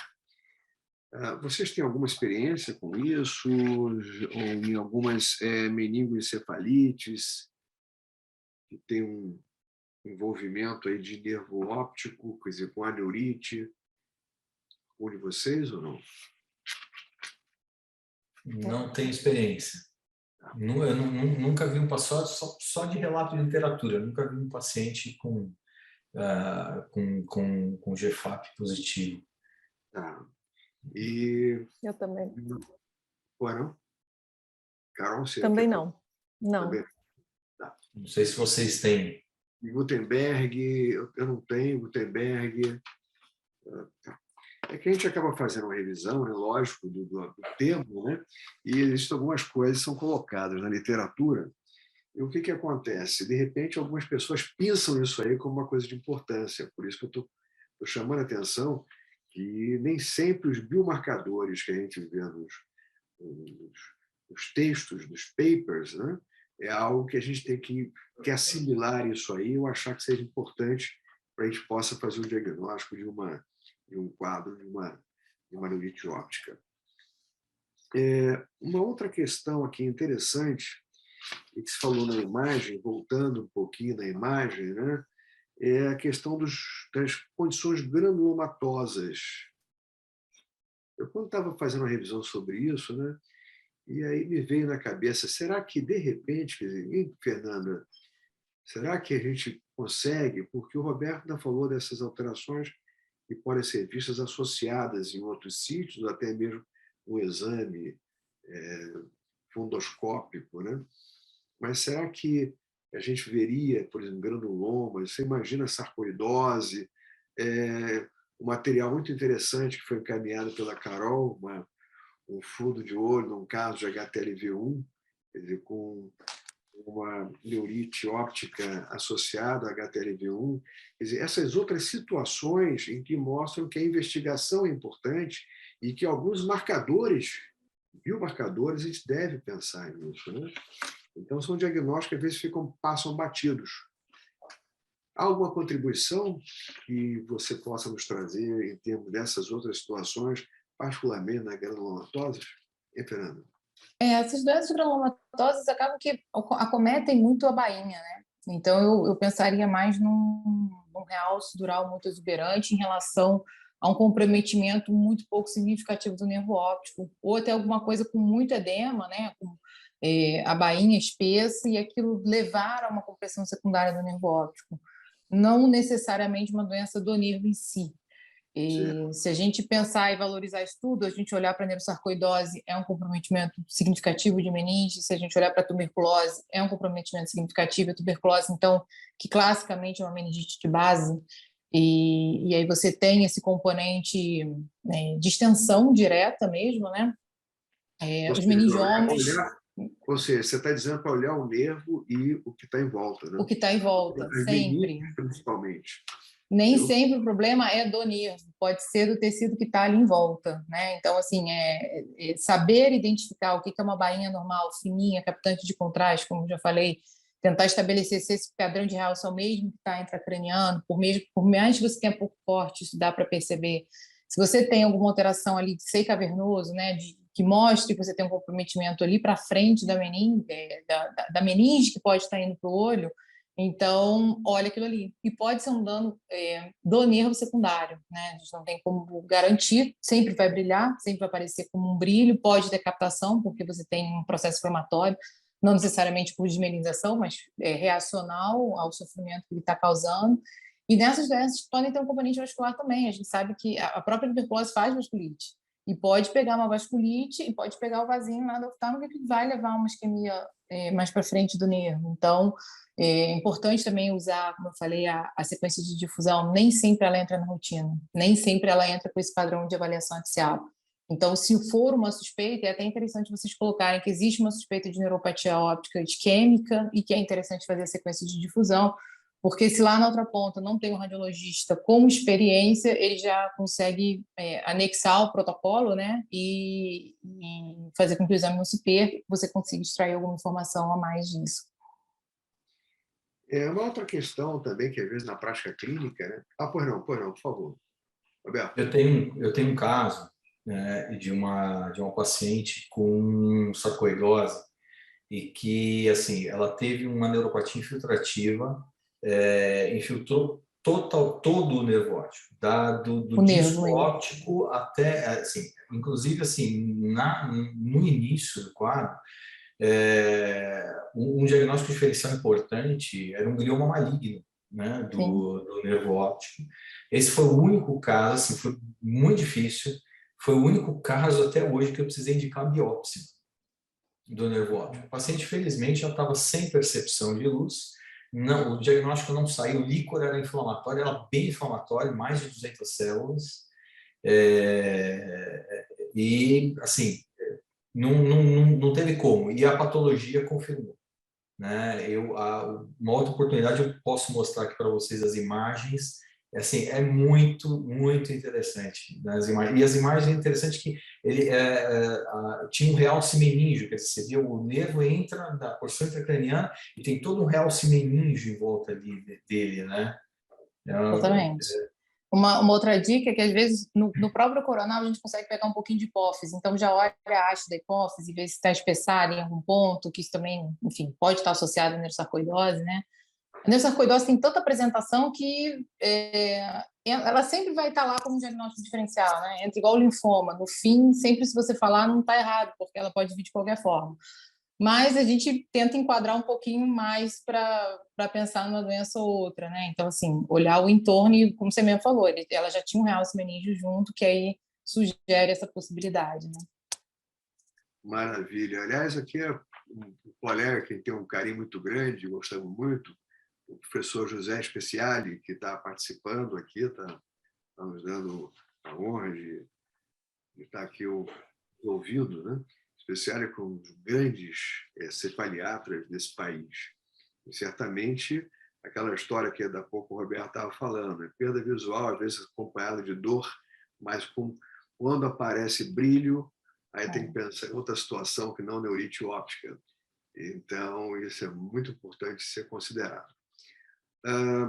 E quando aparece, aproveitando os neurooftalmos, é claro que os neurologistas são muito atentos para isso, né? Os comprometimentos altitudinais do campo visual e neurite óptica. A gente sabe que, na verdade, a neurite óptica ela pode ter todos os tipos de perda de campo visual. A gente não pode simplesmente achar que só aquele padrão cecocentral ou central é o padrão que a gente vai encontrar na neurite óptica e todos os outros não são. Mas a gente sabe que esse é o mais frequente na neurite óptica. Os defeitos altitudinais também podem ser encontrados na neurite óptica, assim como todos os outros tipos de defeito, mas eles são muito mais característicos das alterações isquêmicas, das neuropatias ópticas isquêmicas anteriores, do que da neurite óptica. E aí também, de novo, assim como o Roberto falou, entra toda a história do paciente, a idade, para a gente fazer esse diagnóstico diferencial de forma mais precisa, né? A neurite óptica ela é muito mais frequente abaixo dos 50 anos, a neuropatia óptica isquêmica ela é muito mais frequente acima dos 50 anos, com as doenças, com os fatores de risco para doença isquêmica, né? E quando muito idosos, lembrar sempre da arterite de células gigantes, também como diagnóstico diferencial dessas alterações isquêmicas. Então, essa é a importância do defeito altitudinal. Se não me engano, no ONTT, eles fizeram lá uma classificação eles fizeram um percentual de que tipo de defeito de campo. Claro que o defeito central e sacrocentral, eles sempre foram os defeitos mais frequentes, mas se não me engano, acho que menos de 10%, 7, 8% tinham um defeito altitudinal. Agora, uma coisa importante de lembrar é que quando você faz a campimetria computadorizada, você está vendo, na verdade, os 24 graus centrais do campo de visão. Neurite é uma doença que pega campo de visão central. Então, quando você faz o campo computadorizado, você só está vendo o campo central. Às vezes o paciente ele tem campo periférico, ele perdeu centralmente, mas ele perdeu um determinado setor um pouquinho mais do que o outro. Quando você faz o campo visual manual, você tem muito bem essa ideia. Às vezes o paciente contrai a visão central dele, para determinados estímulos luminosos, e ela fica em algum setor, às vezes, ela fica no setor superior ou inferior, ou ela fica lateralmente, né, nasal ou temporal, e aí quando você faz o campo computadorizado, ele acaba desenhando para você uma coisa que, na verdade, te dá uma impressão errada, né? Então, o paciente tem uma constrição de campo e sobrou um campinho que ficou superior à fixação dele. O campo computadorizado ele pode te mostrar um defeito atitudinal, né, simulando uma situação isquêmica.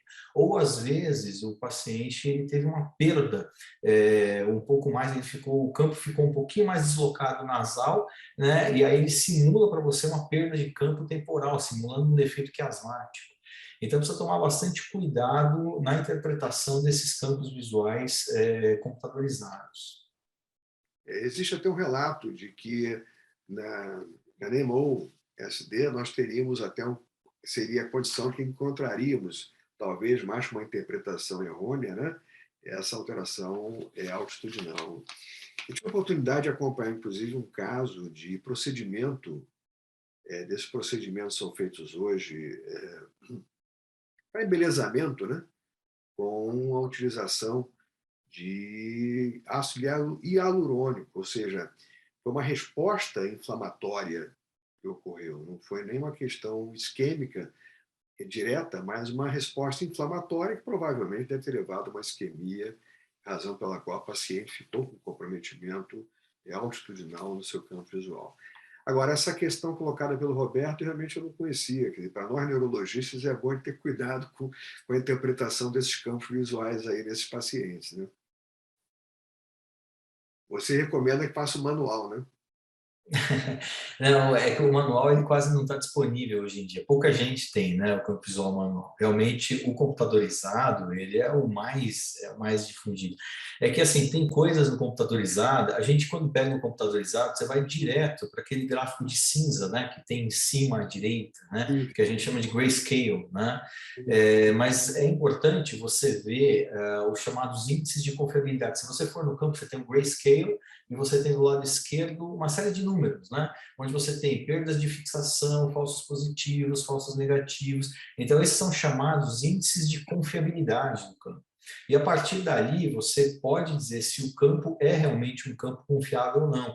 Se o paciente realmente, do tempo todo, ele ficou fixando o ponto que você pediu para ele fixar, você ficou procurando o ponto de luz, né?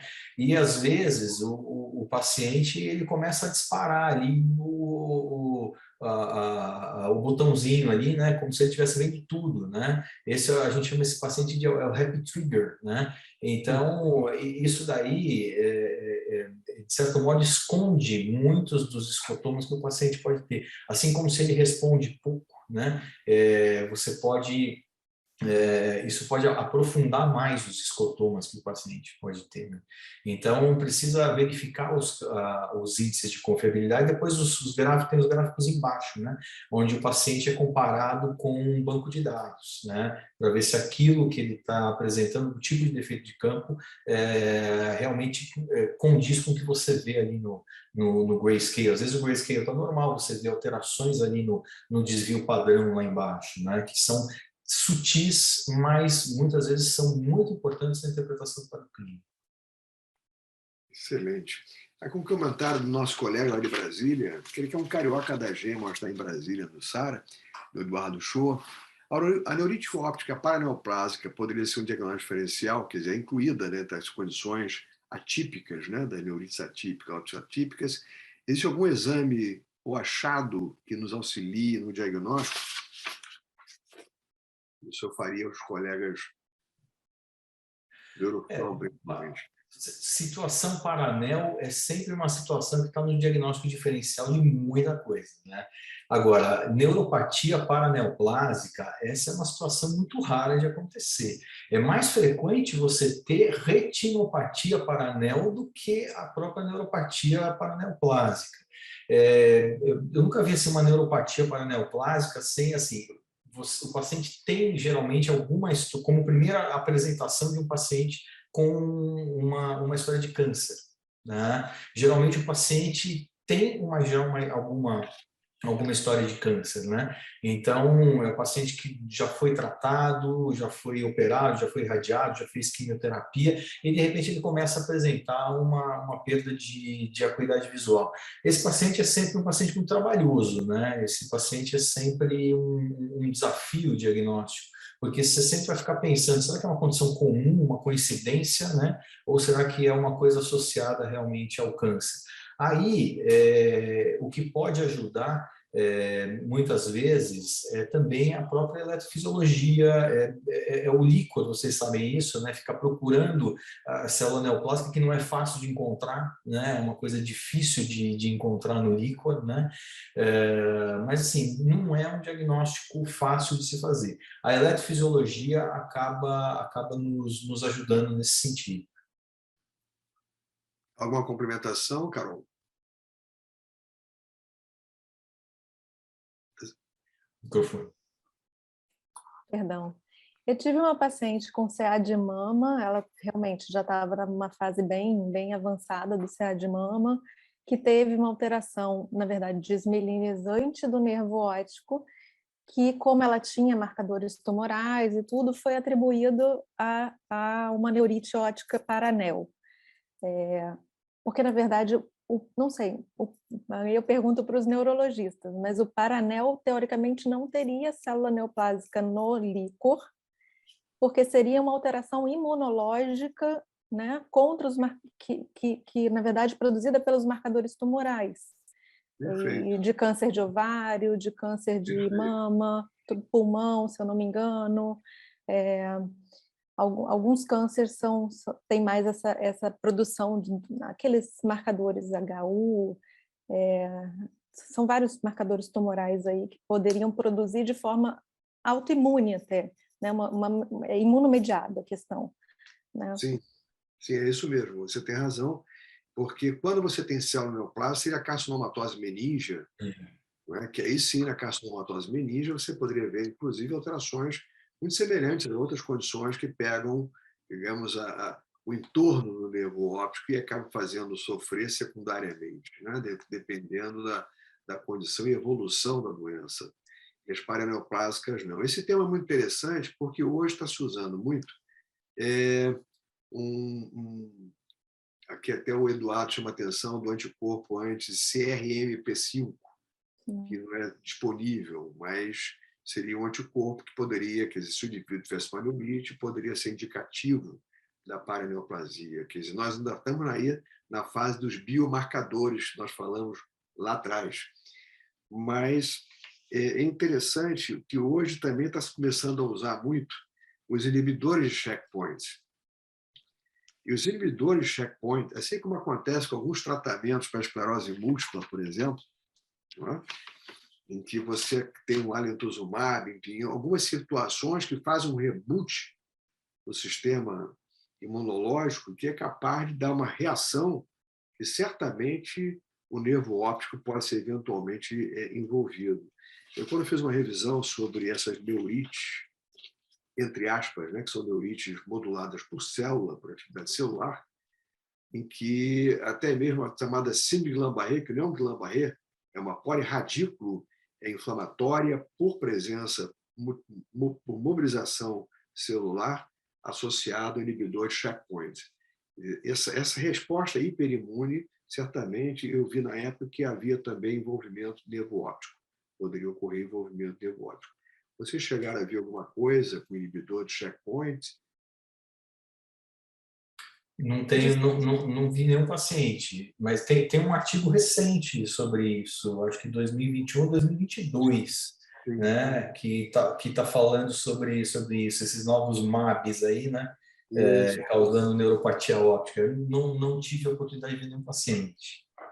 Até a possibilidade do alemtuzumab, viu, Gutenberg e Jefferson, depois, quer dizer, daquelas várias situações hiperimunes, né, que podem, do rebote, digamos, em que poderiam comprometer o nervo óptico. A gente está aqui falando, divagando sobre algumas situações outras, né, e devem ser sempre pensadas dependendo da faixa etária, avaliar o tratamento que o paciente vem fazendo, tudo isso é de uma importância enorme. Quer dizer, uma tomografia do tórax pode ajudar muito a esclarecer uma neurite óptica, não tem a menor dúvida quanto a isso. É um bom exame clínico, um bom exame oftalmológico, de neurooftalmologistas. Eu costumo dizer que o oftalmologista experiente eles ajuda muito, mas aquele colega que faz neurooftalmo acaba nos trazendo uma colaboração muito consistente e auxilia muito na definição daquele problema que gerou a neurite óptica. Nós estamos um pouquinho já passando da hora, um pouquinho adiantados. Eu gostaria de saber se algum de vocês quer tratar de um assunto que acabou a gente não passando e que vocês consideram interessante de comentar. Vou pedir licença aqui para responder uma pergunta que está aqui no bate-papo, então. Tá. Uma pergunta para afastar glaucoma. Afastando do glaucoma, quais seriam as outras causas de perda localizada de células ganglionares unilateral no ACT sem sintoma, com paciente com 20/20, campo visual octopus normal e provavelmente tonometria normal? A neurite óptica poderia dar alteração das células ganglionares no ACT, né? Qualquer defeito na mácula poderia dar uma alteração no ACT. Dificilmente o paciente seria 20/20, mas é importante avaliar também se não é um artefato, se a segmentação da camada de células ganglionares foi feita da maneira correta por esse ACT. O ACT tem várias possibilidades de produzir artefatos, né? Se o paciente clinicamente é normal, ele poderia sim ter tido uma neurite subclínica que recuperou, mas deixou um defeitozinho na camada de células ganglionares de qualquer forma, mesmo sendo 20/20, com tudo normal. Eu acrescentaria, acho que a Carolina colocou muito bem, acrescentaria mais duas coisas, né? Uma delas é um microjensen, né? O Jensen é uma infecção por toxoplasmose que fica bem próximo do nervo óptico. Às vezes, a gente pode observar um microjensen, né? É um quadro muito diminuído, muito pequeno ali, de inflamação próxima do nervo óptico, que pode, às vezes, gerar um defeito em feixe de fibras. Colocaria também drusa do nervo óptico, né? As drusas, às vezes, elas podem não ser superficializadas, você não vê a oftalmoscopia, elas são drusas profundas, mas elas podem produzir defeitos de campo visual, defeitos na camada de fibras nervosas. Uma outra coisa que você tem que lembrar também nesse tipo de situação é da hipoplasia do nervo óptico.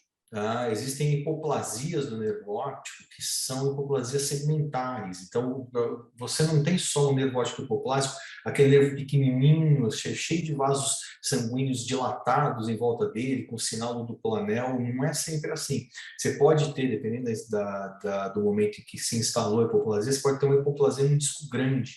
E, às vezes, você tem hipoplasias setoriais, né? Uma das hipoplasias mais conhecidas é a hipoplasia do setor superior do nervo óptico.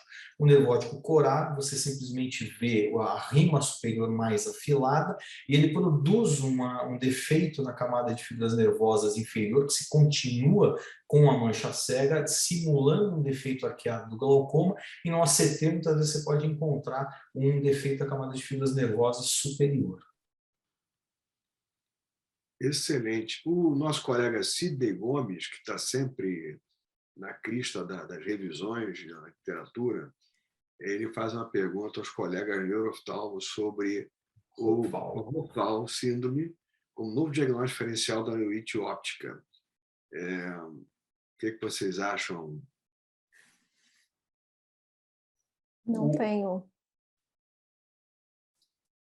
conhecimento. O Rothwell é uma sigla que um dos autores aí colocou, se não me engano, foi na revista Neuro-Ophthalmology, né? Acho que saiu um outro artigo no ano passado. Ele está tentando emplacar essa síndrome, ele não conseguiu ainda não, né? Não é aceito por todo mundo, não. É uma situação que simula neurite, tá? Mas é uma situação que você tem, diferentemente da neurite, normalmente você tem fotofobia associado, você não tem defeito pupilar diferente relativo, né? E acredita-se que talvez isso seja uma forma de enxaqueca, né? Uma manifestação visual talvez um pouquinho diferente, né? Nós sabemos que a própria dor, ela é uma causa de perda visual funcional, né? Então, o paciente que está com dor, muitas vezes ele vai se queixar também de um rebaixamento visual. Mas nesse caso, como eu falei, você tem geralmente fotofobia, que não é um sintoma presente na neurite. Eu não sei, como eu falei, naqueles casos onde você tem as uveites associadas com olho vermelho, né, com mais dor ocular, mais exuberante, com a fotofobia, mas nesse caso não, né, nas neurites comuns você não tem a fotofobia, aqui você vai ter a fotofobia. E esse paciente, ele não se comporta depois na evolução clínica como uma neurite também, né, a dor ela melhora, muitas vezes você tem espasmo de acomodação associado, você instilando colírios, né, de ciclopentolato, de tropicamida para produzir uma cicloplegia, quer dizer, uma paralisia da musculatura ciliar, muitas vezes você consegue melhorar o quadro do paciente. Maravilha. Como a gente está um pouquinho adiantado na hora, então eu vou deixar os comentários finais e vamos começar.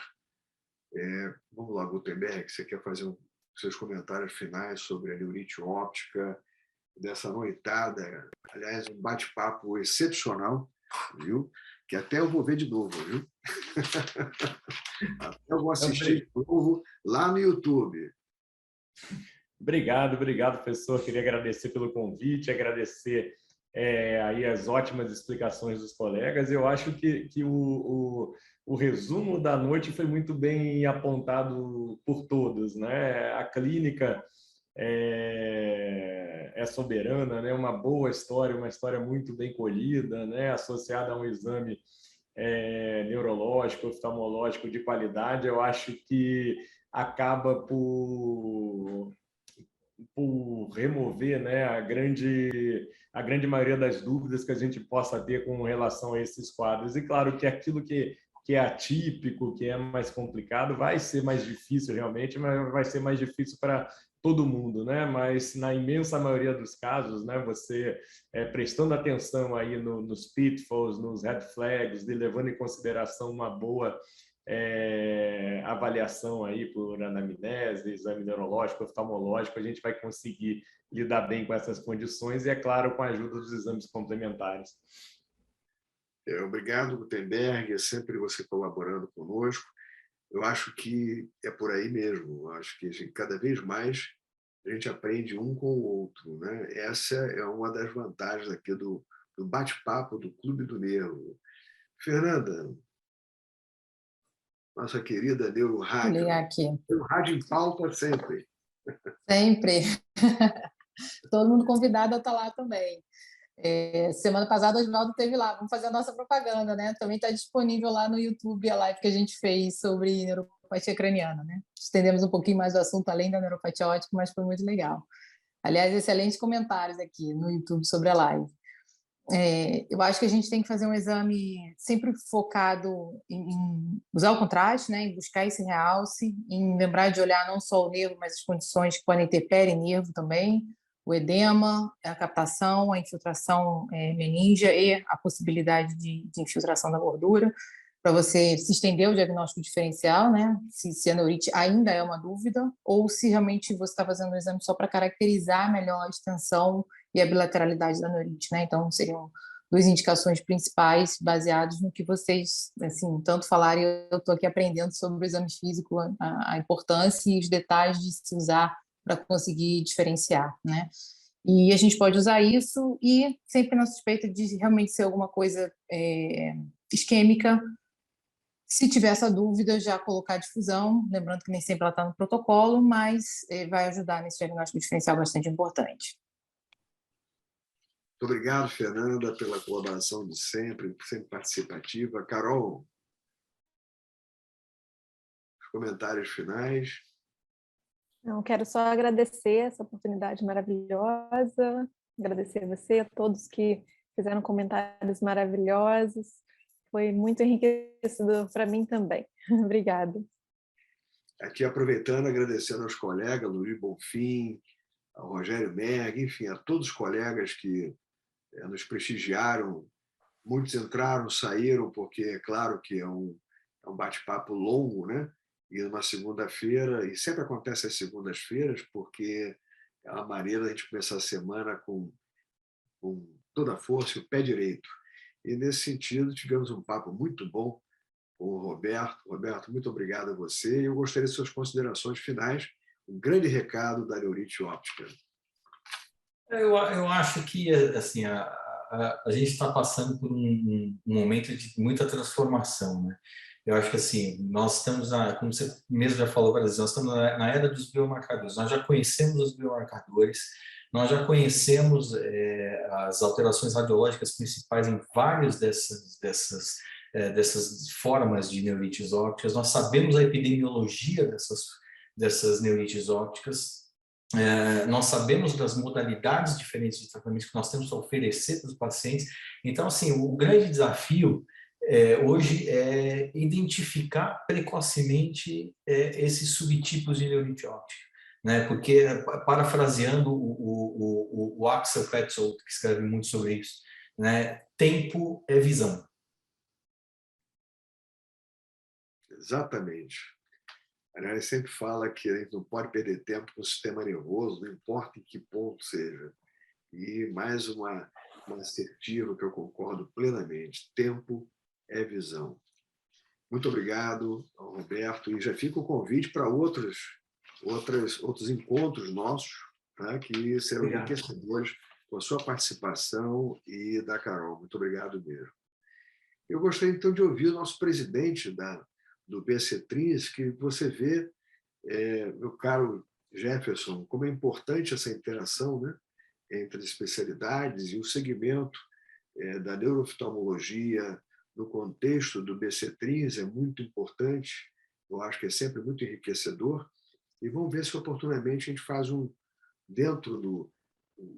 Nós temos várias atividades no BC-Trins, muito bem organizado pelo Jefferson. Acho que um desses eventos do ECO, a gente poderia até programar um voltado para a neurite óptica com esse time que nós temos aqui. Bom, em primeiro lugar, queria agradecer o convite, Oswaldo. Foi excelente a reunião, eu aproveitei bastante, eu aprendi várias coisas aqui também, para mim foi muito útil, espero que tenha sido útil para todos os demais. E parabenizar a todos aí que colaboraram muito essa noite. Queria também colocar à disposição e incentivar que as pessoas procurem essas atividades do BECRIS, não só o congresso, não só os simpósios regionais, mas uma série de cursos que a gente aí tem feito, né? A Fernanda participou lá de neuroradiologia, né? O curso de neuroimunologia básica, enfim, os simpósios de pesquisa translacional, tem uma série de atividades, as bolsas do ProBem, que a gente espera poder voltar a fazer ao longo desse ano, né, que são bolsas que permitem que os colegas ou vão para centros maiores aqui no Brasil ou no exterior, com uma bolsa fornecida pelo BECRIS. Então, acho que tem uma série de atividades aí, todas elas estão descritas no site, né, ou, enfim, entre em contato com o Oswaldo, com o Gutenberg, comigo, que a gente pode passar essas informações, né? E só enfatizar isso aí que o Oswaldo colocou, é fundamental a gente deixar de olhar as coisas só no nosso campinho, né? A gente já tem muito mais costume de estar interagindo aí com a radiologia dentro da neuroimuno, mas interagir com o oftalmo é absolutamente fundamental, né? E vai nos ajudar a dirimir muitas das nossas dúvidas e, consequentemente, ajudar o paciente, que é, enfim, o objetivo principal da nossa função, né? Então, queria agradecer mais uma vez o convite e parabenizar a todos aí. Muito obrigado. Eu que agradeço, e sem dúvida, tempo é visão, né? Se você perde esse tempo, A gente precisa correr com esse diagnóstico pessoal e essa é a recomendação que eu faço a todos os nossos colegas que estão nos prestigiando e a cada um de nós mesmo, né? Porque diante de um paciente que tem um comprometimento visual, perda visual, de uma maneira que se instala muito rapidamente, muito cuidado, porque nós temos que ter atenção especial. E sempre procure interagir, e nós estamos aqui, todos os colegas aqui, à disposição de dúvidas que possam ocorrer, mesmo diante de seus pacientes, porque é uma responsabilidade que nós temos diante da comunidade médico-científica e, sem dúvida, podem encaminhar perguntas que nós estamos aqui para ajudá-los. Eu gostaria de agradecer a cada um de vocês, foi uma noite maravilhosa, ou seja, a temporada 2022 não é só no Netflix, também é aqui no Clube do Nervo, então não percam a próxima edição do Clube do Nervo, que vai ocorrer o mês que vem, mas antes a gente deve ter uma outra antes do final deste mês. Ou seja, logo depois do Carnaval teremos uma outra. E gostaria de agradecer mais uma vez a Raquel pelo suporte que nos dá, lá pelo Centro de Estudos do Hospital Popstar, a BNRJ, que dá todo o suporte também para a gente, nos prestigiando com essa atividade da BNRJ, e também, daqui a pouquinho, no YouTube, com o apoio da Health Meds, é o nosso amigo Bernardo, que vai preparar e vai editar todo esse material aqui para a gente poder assistir depois. Uma excelente noite para todos e um grande abraço, meu muito obrigado. Uma boa noite.